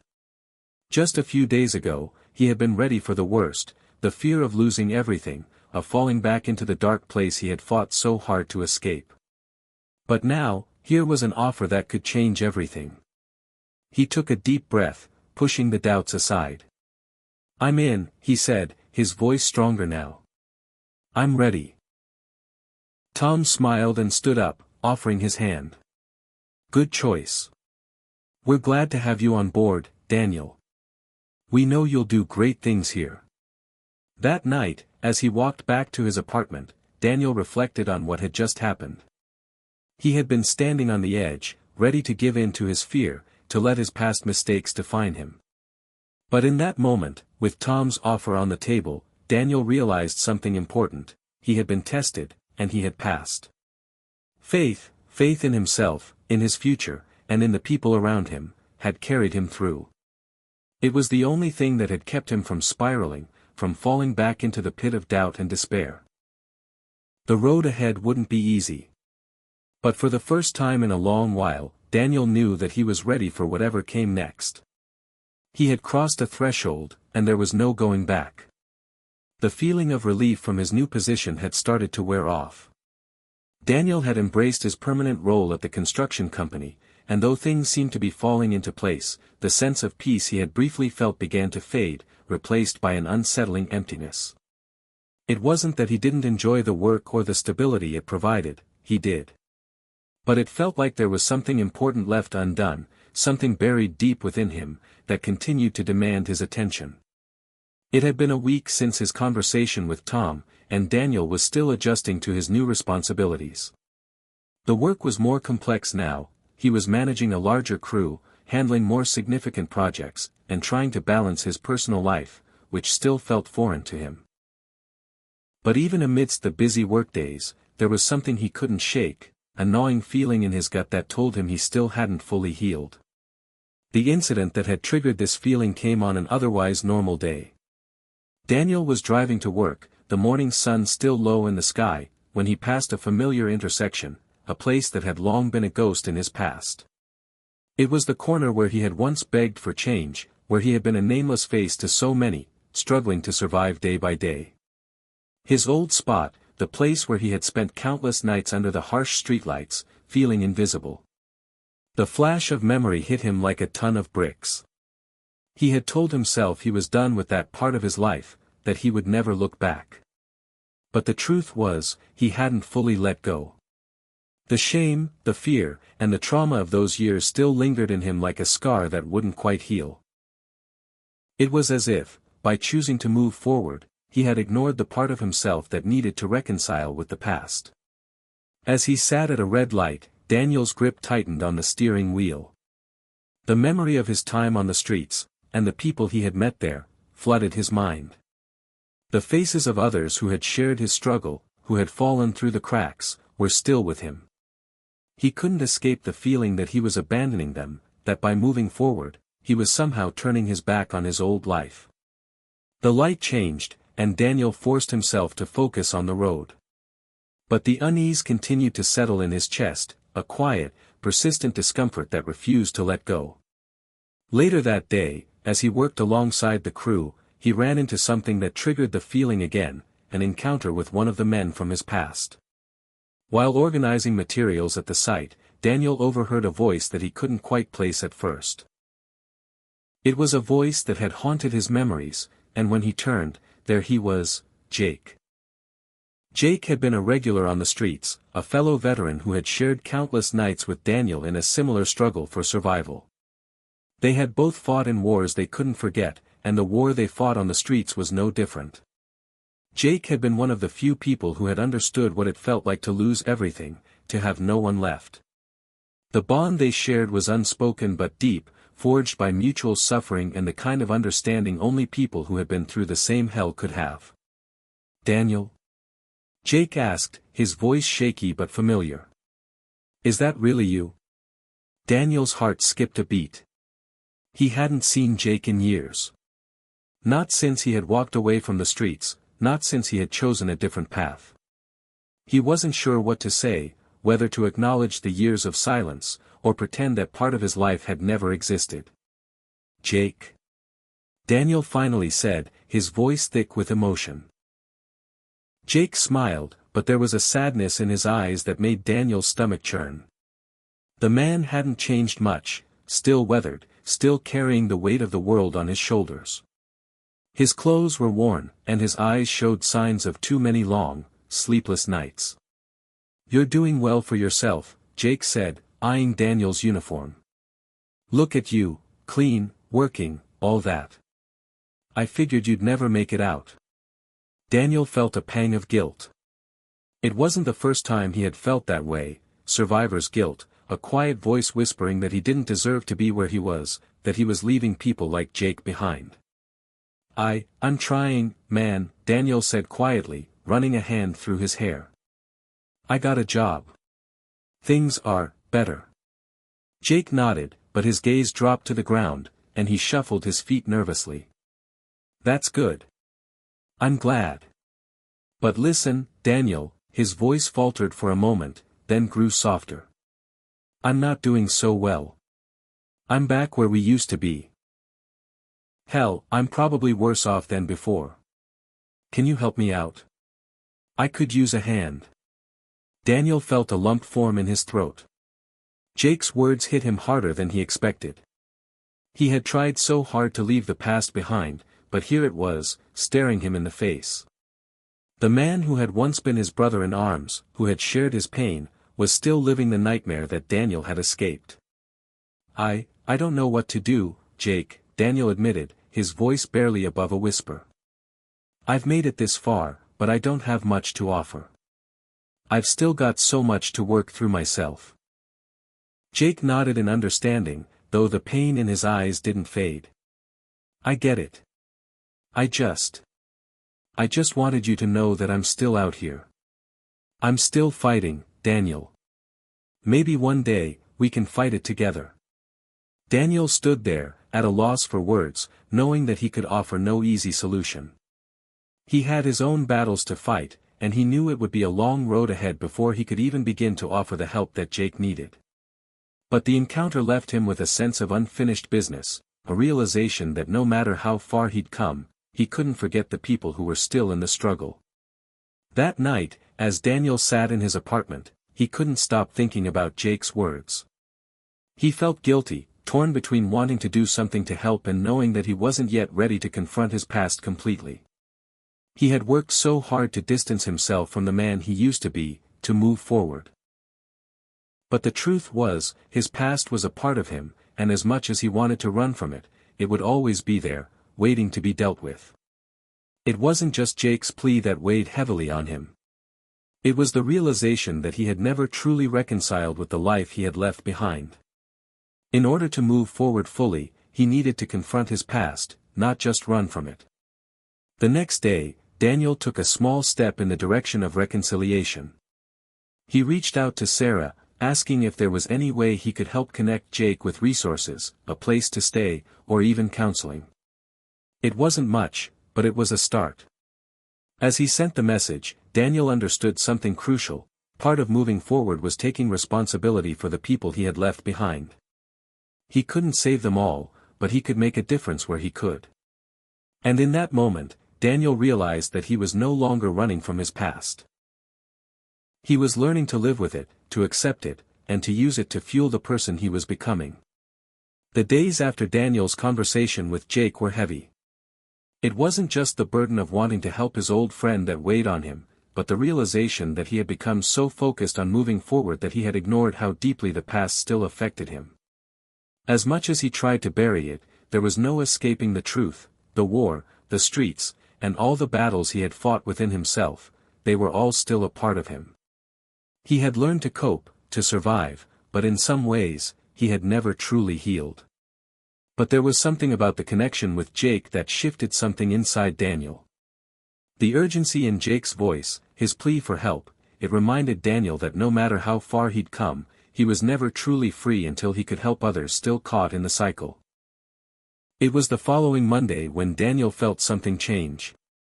He was sitting in the break room, nursing a cup of lukewarm coffee when someone slid into the seat across from him. At first, Daniel didn't recognize the man. He was tall, a bit older, with a slight stubble on his face and a pair of sharp, intelligent eyes that seemed to miss nothing. He wore a crisp shirt and slacks, a clear sign that he wasn't one of the usual rough-and-tumble crew. Daniel raised an eyebrow. "You don't work here, do you?" Daniel asked cautiously. The man smiled, a friendly smile, but with a hint of something more, an agenda, perhaps. "No, not exactly. I'm actually with the city's homeless outreach program. My name's Mark." Daniel blinked, slightly taken aback. The homeless outreach program wasn't something he had ever considered. His journey had always felt like a personal battle, not something to be shared. But here was a man, an outsider, sitting across from him, as if he knew something Daniel didn't. "I've been doing some work with the local veterans shelters, and I know you're a veteran," Mark said, not unkindly. "I've heard a lot of good things about you. We're trying to get veterans connected with the right resources, and well, we could use someone with your experience on board." Daniel felt a flicker of suspicion. "You want me to help you?" he asked, his voice a little guarded. "What's in it for me?" Mark didn't flinch. "What's in it for you?" he echoed, as if mulling over the question. "Well, let's see. How about the chance to do something more with all the strength you found? Helping others, guiding those still in the dark. Helping them the way you wish someone had helped you. And maybe, just maybe, we could work together to prevent more veterans from going through the same thing you did." Daniel leaned back in his chair, his mind racing. Was this some sort of trap? Was this guy just another well-meaning stranger who didn't understand the weight of what he was asking? But there was something about Mark's calm, unwavering eyes that made Daniel pause. There was no false sincerity in his voice, no pity. Just an offer, a partnership, of sorts. "Let me be clear," Mark continued, sensing Daniel's hesitation. "I'm not asking for a commitment right here, right now. I'm just asking you to consider it. Think about it." Daniel stared at Mark, his mind conflicted. The last thing he wanted was to become someone's project, to feel like he was part of a charity case again. But the idea of helping other veterans, the very people who had helped him when he was at his lowest, struck a chord deep inside him. "I'll think about it," Daniel said finally, his voice softer than he intended. He wasn't sure what exactly had made him say it, but something in Mark's presence told him that this could be an opportunity he shouldn't ignore. The days that followed felt like a blur of thoughts and decisions.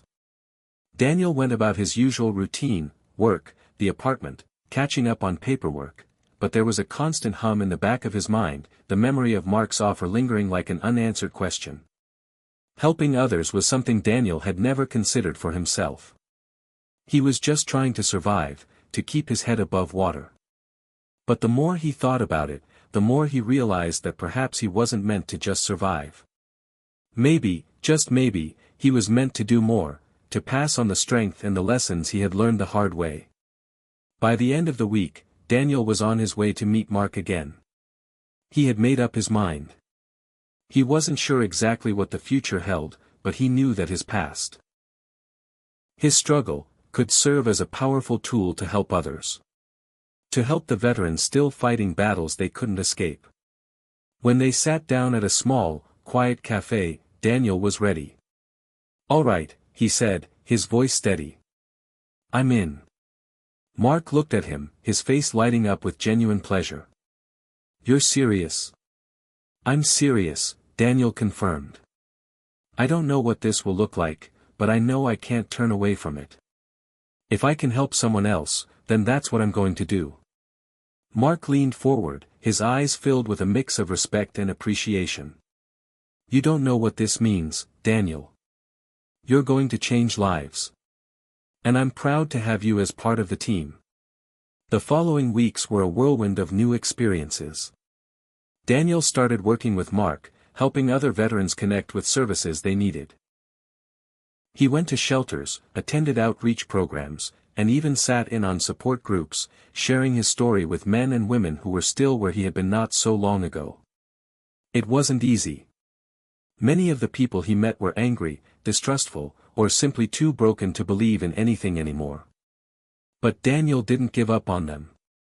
He knew better than anyone how hard it was to find a reason to keep fighting, and he refused to let them believe they were beyond help. One day, while sitting in a group meeting, Daniel had a breakthrough. A young man, no older than 25, broke down in tears after hearing Daniel's story. He had been in and out of shelters, lost in the system, and feeling as though there was no way out. But something in Daniel's words, something in the way Daniel spoke about his journey, sparked a shift in him. As the man wiped his tears, he looked up at Daniel with newfound hope in his eyes. "You did it," he said quietly. "You actually did it. Maybe I can, too." In that moment, Daniel realized something profound. His past, the darkness he had once feared, was now his greatest asset. It wasn't just a part of his story, it was the key to unlocking change for others. As he continued to work alongside Mark in the outreach program, Daniel's sense of purpose grew stronger. He wasn't just surviving anymore. He was thriving, not because everything had fallen into place, but because he had finally learned to embrace the full weight of his story, both the painful and the redemptive parts. And in doing so, he had found the strength to help others face their own trials. Daniel had spent the past several weeks immersing himself in the outreach program, helping veterans find shelter, reconnect with their families, and gain access to healthcare and mental health resources. It felt good. Better than he had ever imagined. He had never anticipated that reaching back to help others would be the very thing that would bring him peace. It had reignited a fire in him, something that had lain dormant for years, waiting for the right moment to spark. But the balance wasn't easy. As much as he was committed to helping, he still struggled with his own personal healing. Some days, he felt overwhelmed by the pain of his past, and other times, he felt guilty for not being able to help everyone he met. The truth was, he couldn't fix the world. But he could make a difference, one person at a time. That, he told himself, was enough. One morning, as Daniel was getting ready for work, he received a phone call that made his heart skip a beat. It was from Sarah, the social worker who had helped him get back on his feet when he first left the streets. Her voice was tight, tinged with concern. "Daniel," she began, "I need to talk to you." It's about Jake. Daniel felt his stomach drop. Jake had been the one person from his past whose situation had been weighing heavily on him. After their last conversation, Daniel had tried to connect him with resources, but he hadn't heard from Jake in days. What happened? Daniel asked, his voice tight with worry. He's in trouble, Sarah said, her tone soft but urgent. He's been arrested. They found him passed out in an alley, and he's facing charges for assault. It's not looking good. Daniel's mind raced. He had always feared something like this might happen. Jake had been struggling for so long, and Daniel had feared that his friend's spiral would eventually lead to a breaking point. He thought about how much Jake had meant to him back when they were both in the trenches of survival, and now he was in trouble again, deeper than before.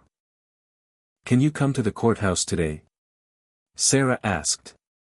They're holding him for a bail hearing, and we could really use you there. He trusts you, Daniel. Maybe you can talk to him, help him understand that he still has a chance.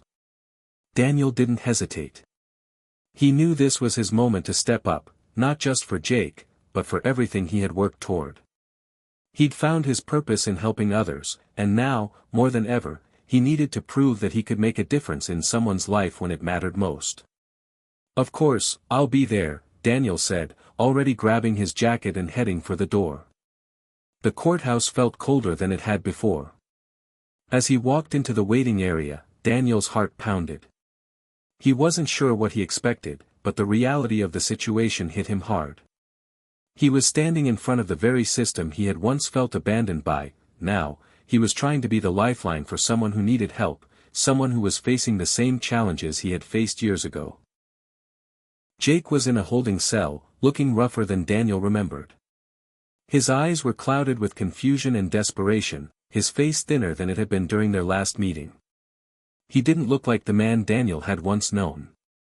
The pain in his eyes was unmistakable, a reflection of everything Daniel had fought to escape. Jake, Daniel said softly, walking up to the bars of the holding area. It's me. Jake looked up, and for a moment, there was a flicker of recognition. Then the anger came rushing back, the walls he had built to protect himself. Why'd you come here, man? Jake muttered, his voice bitter. You think you can fix me? You think I'm some project for you to fix up and move on from? Daniel's chest tightened at Jake's words, but he stayed calm. I'm not here to fix you, Jake. I'm here because I know how this feels. I know how it feels to be trapped. But you don't have to stay there. Jake scoffed, his eyes filled with disbelief. It's too late for me, Daniel. I've ruined everything. You haven't ruined anything, Daniel replied, his voice firm but gentle. But you can't keep running from it. You have a chance here, Jake. You can still make something of your life. Let me help you. Let me help you find a way out. Daniel could see the struggle in Jake's eyes. He was torn between hope and hopelessness, between accepting help and pushing it away. But Daniel didn't give up. He leaned in closer, speaking with conviction, as if this was the moment that would make all the difference. Look, I know what it's like. I was right there with you. But I'm standing here today, not because I'm special or better than you, but because I made a choice. I chose to keep going. I chose to fight. And if I can do it, you can too. Jake stared at him for a long moment. The silence was heavy, the weight of their shared history pressing down on both of them. Finally, Jake's voice broke, barely a whisper. How? Daniel's heart ached, but he knew this was the beginning of something important. He had been where Jake was, and now it was his duty, not just as a veteran, but as a person who had found his way back, to help his friend find his way out. I'll help you figure it out, Jake, Daniel said, his voice steady. One step at a time. But you have to decide right now that you're not going to let this define you. You have a choice. We all have a choice. Jake's eyes were wet with tears now, his hands clenched tightly around the bars. I don't know if I can do it, he whispered. Daniel nodded. You don't have to do it alone. I'm here. I'll help you. Later that day, after the hearing, Jake was granted a bail option. Thanks to Sarah's help and the work of the outreach team, a rehabilitation program was set up for him. But more than that, Jake had made the first real step toward taking control of his life again. And that, Daniel realized, was something far more valuable than any physical help he could offer. As Daniel walked out of the courthouse, he felt a surge of pride. This wasn't just about fixing a problem, it was about answering a call. The call of duty. A duty to others, to his fellow veterans, and to himself. He hadn't just survived his past. He had risen above it. And now, he was helping others do the same. The weeks after Jake's hearing were a blur of new beginnings, both for him and for Daniel. As Jake started the rehabilitation program and began his journey toward recovery, Daniel found himself with a sense of purpose he had never quite felt before. It wasn't just about surviving anymore, it was about living with intention, about shaping the future from the lessons of the past. And it wasn't just Jake. Daniel had begun to feel like a bridge between two worlds, the one he had left behind on the streets, and the one he was building now. Every day, he helped someone else reconnect, rebuild, and renew their hope. He was no longer just a man haunted by memories of the past, he was a man leading others toward a future they hadn't thought possible. One afternoon, Daniel stood in front of a small group of veterans at a local community center. It was the first time he had been invited to speak, and as he looked out at the group, he felt the weight of what he was about to do. He wasn't just giving a speech, he was sharing his life, his story, and everything that had brought him to this moment. The same veterans who had once been where he was were now sitting in front of him, waiting for him to tell them that there was hope. His heart pounded as he cleared his throat, but as he began to speak, something inside him shifted. The words came easily, flowing with the natural rhythm of his experiences. I know what it feels like to think there's no way out, Daniel started, his voice steady but filled with emotion. I know what it feels like to hit rock bottom and wonder if you'll ever climb back up. I've been there. And for a long time, I thought I wasn't worth saving. He paused, letting the silence hang in the room for a moment before continuing. But here's what I've learned, the past doesn't define us. The choices we make, the strength we find in each other, that's what defines who we are and who we can become. You don't have to be stuck in that place. You have the power to change, to rebuild, to find your way back. Daniel could see the hesitation in their eyes, the doubt that had crept in over the years of struggle and loss. But as he spoke, he saw something shift. It was subtle, but it was there, the glimmer of hope. It was a spark, the beginning of something bigger than any of them had imagined. I'm not here to tell you it's going to be easy, he continued. I'm not here to tell you it's going to happen overnight. But I am here to tell you that it's possible. I've done it, and I'm still doing it every day. And so can you. After the speech, as the group dispersed, a few of the veterans came up to Daniel, offering words of thanks and, more importantly, a willingness to listen. One man, older and weathered by life, grabbed Daniel's arm and shook it firmly. You don't know what that means to me, he said, his voice rough with emotion. I've been stuck in my own head for so long, I didn't think I could get out. But hearing you say that, it makes me believe maybe there's a chance. Maybe I haven't lost everything after all. Daniel nodded, the weight of his own journey heavy in his chest. This was why he kept going. This was why he refused to give up. Because if he could offer someone else the possibility of a better life, then all the struggles he had endured were worth it. Every second of pain, every hour of loneliness, it had all led him here, to this very moment. Later that night, as Daniel sat in his small apartment, he reflected on the path that had brought him here. The man he had once been, the man who had felt like a ghost in the world, was gone. He had been replaced by someone new, someone who was not just surviving but thriving. There were still dark days, still moments when the weight of his past threatened to pull him back into the shadows. But now, Daniel had tools to cope, and more importantly, he had people to turn to. The community he had found in the outreach program, the veterans he was helping, it was his lifeline. Together, they were creating something new. Together, they were making a difference. The next morning, Daniel received a call that would change everything. It was from Mark, the man who had helped him get started in the outreach program. He sounded excited, almost giddy. "Daniel, I've got something big," Mark said, his voice practically vibrating with energy. "There's an opportunity for you. A position with a larger nonprofit organization that works specifically with homeless veterans. They've heard about the work you've been doing, and they want you to come on board. Full-time. They're offering a salary, resources, and even a budget to expand what you're already doing. This could be the start of something huge." Daniel sat back in his chair, stunned. This wasn't just a job offer, it was a call to take everything he had been doing and amplify it on a much larger scale. He thought of all the men and women he had helped, of the ones who were still struggling, and of the potential to reach even more people. "This could be your chance, Daniel," Mark continued. "You could make a real difference, take everything you've built and take it to the next level." Daniel took a deep breath. The offer was tempting. More resources. More impact. But in his heart, he knew this wasn't just about the job. It was about the responsibility he had now.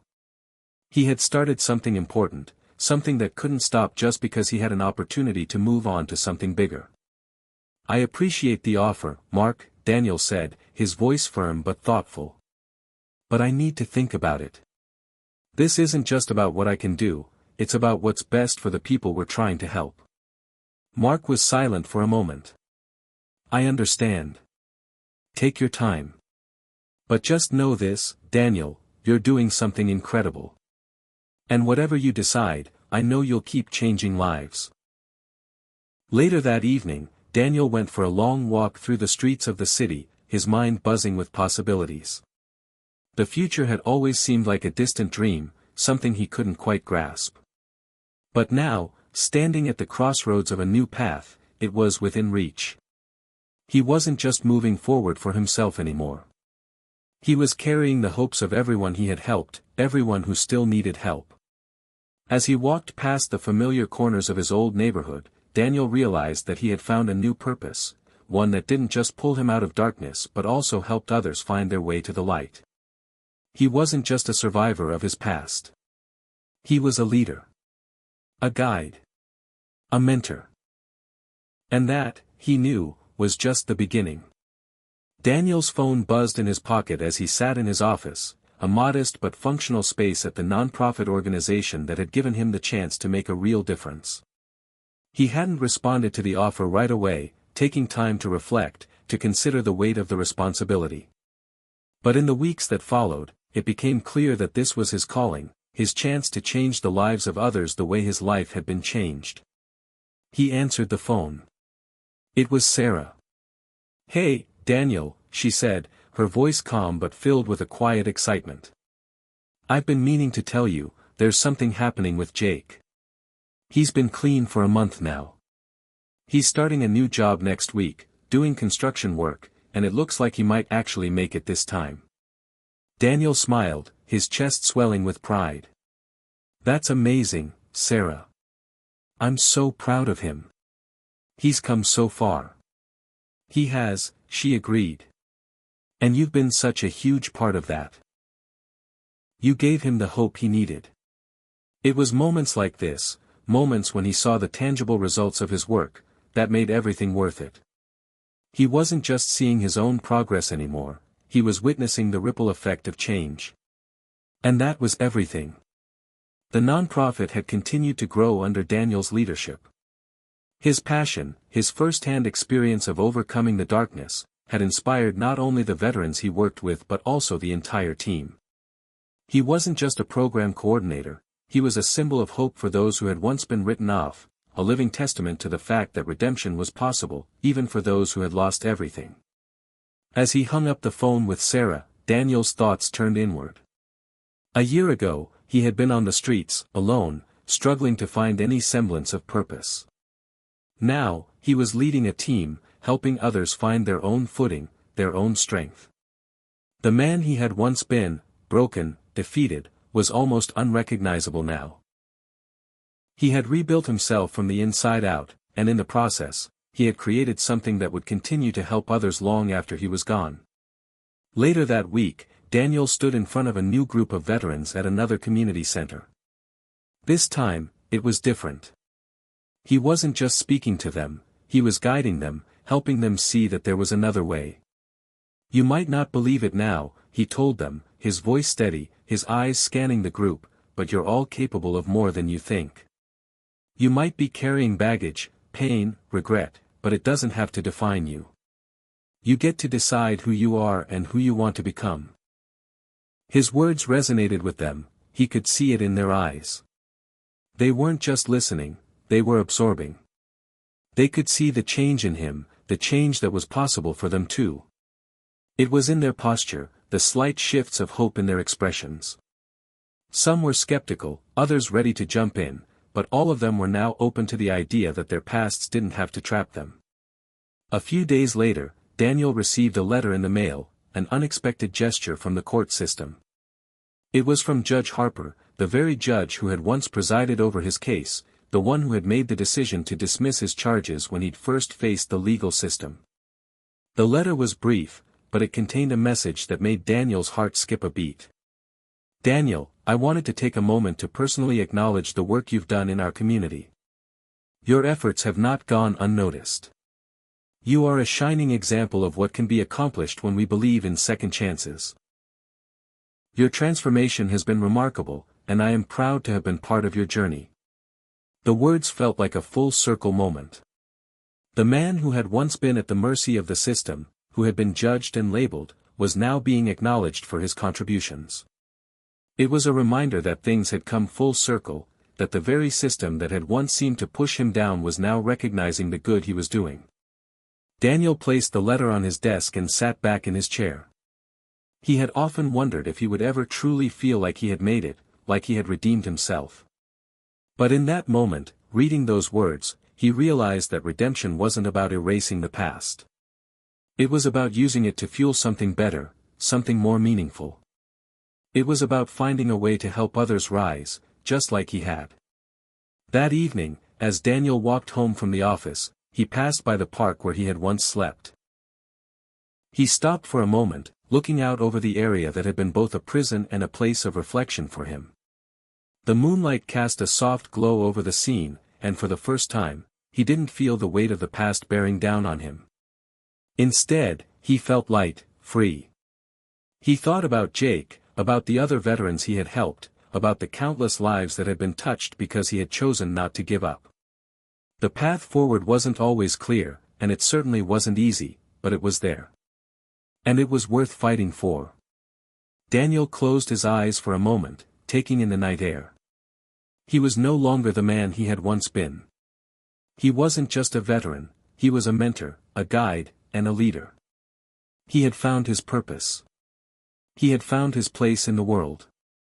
And most importantly, he had found peace.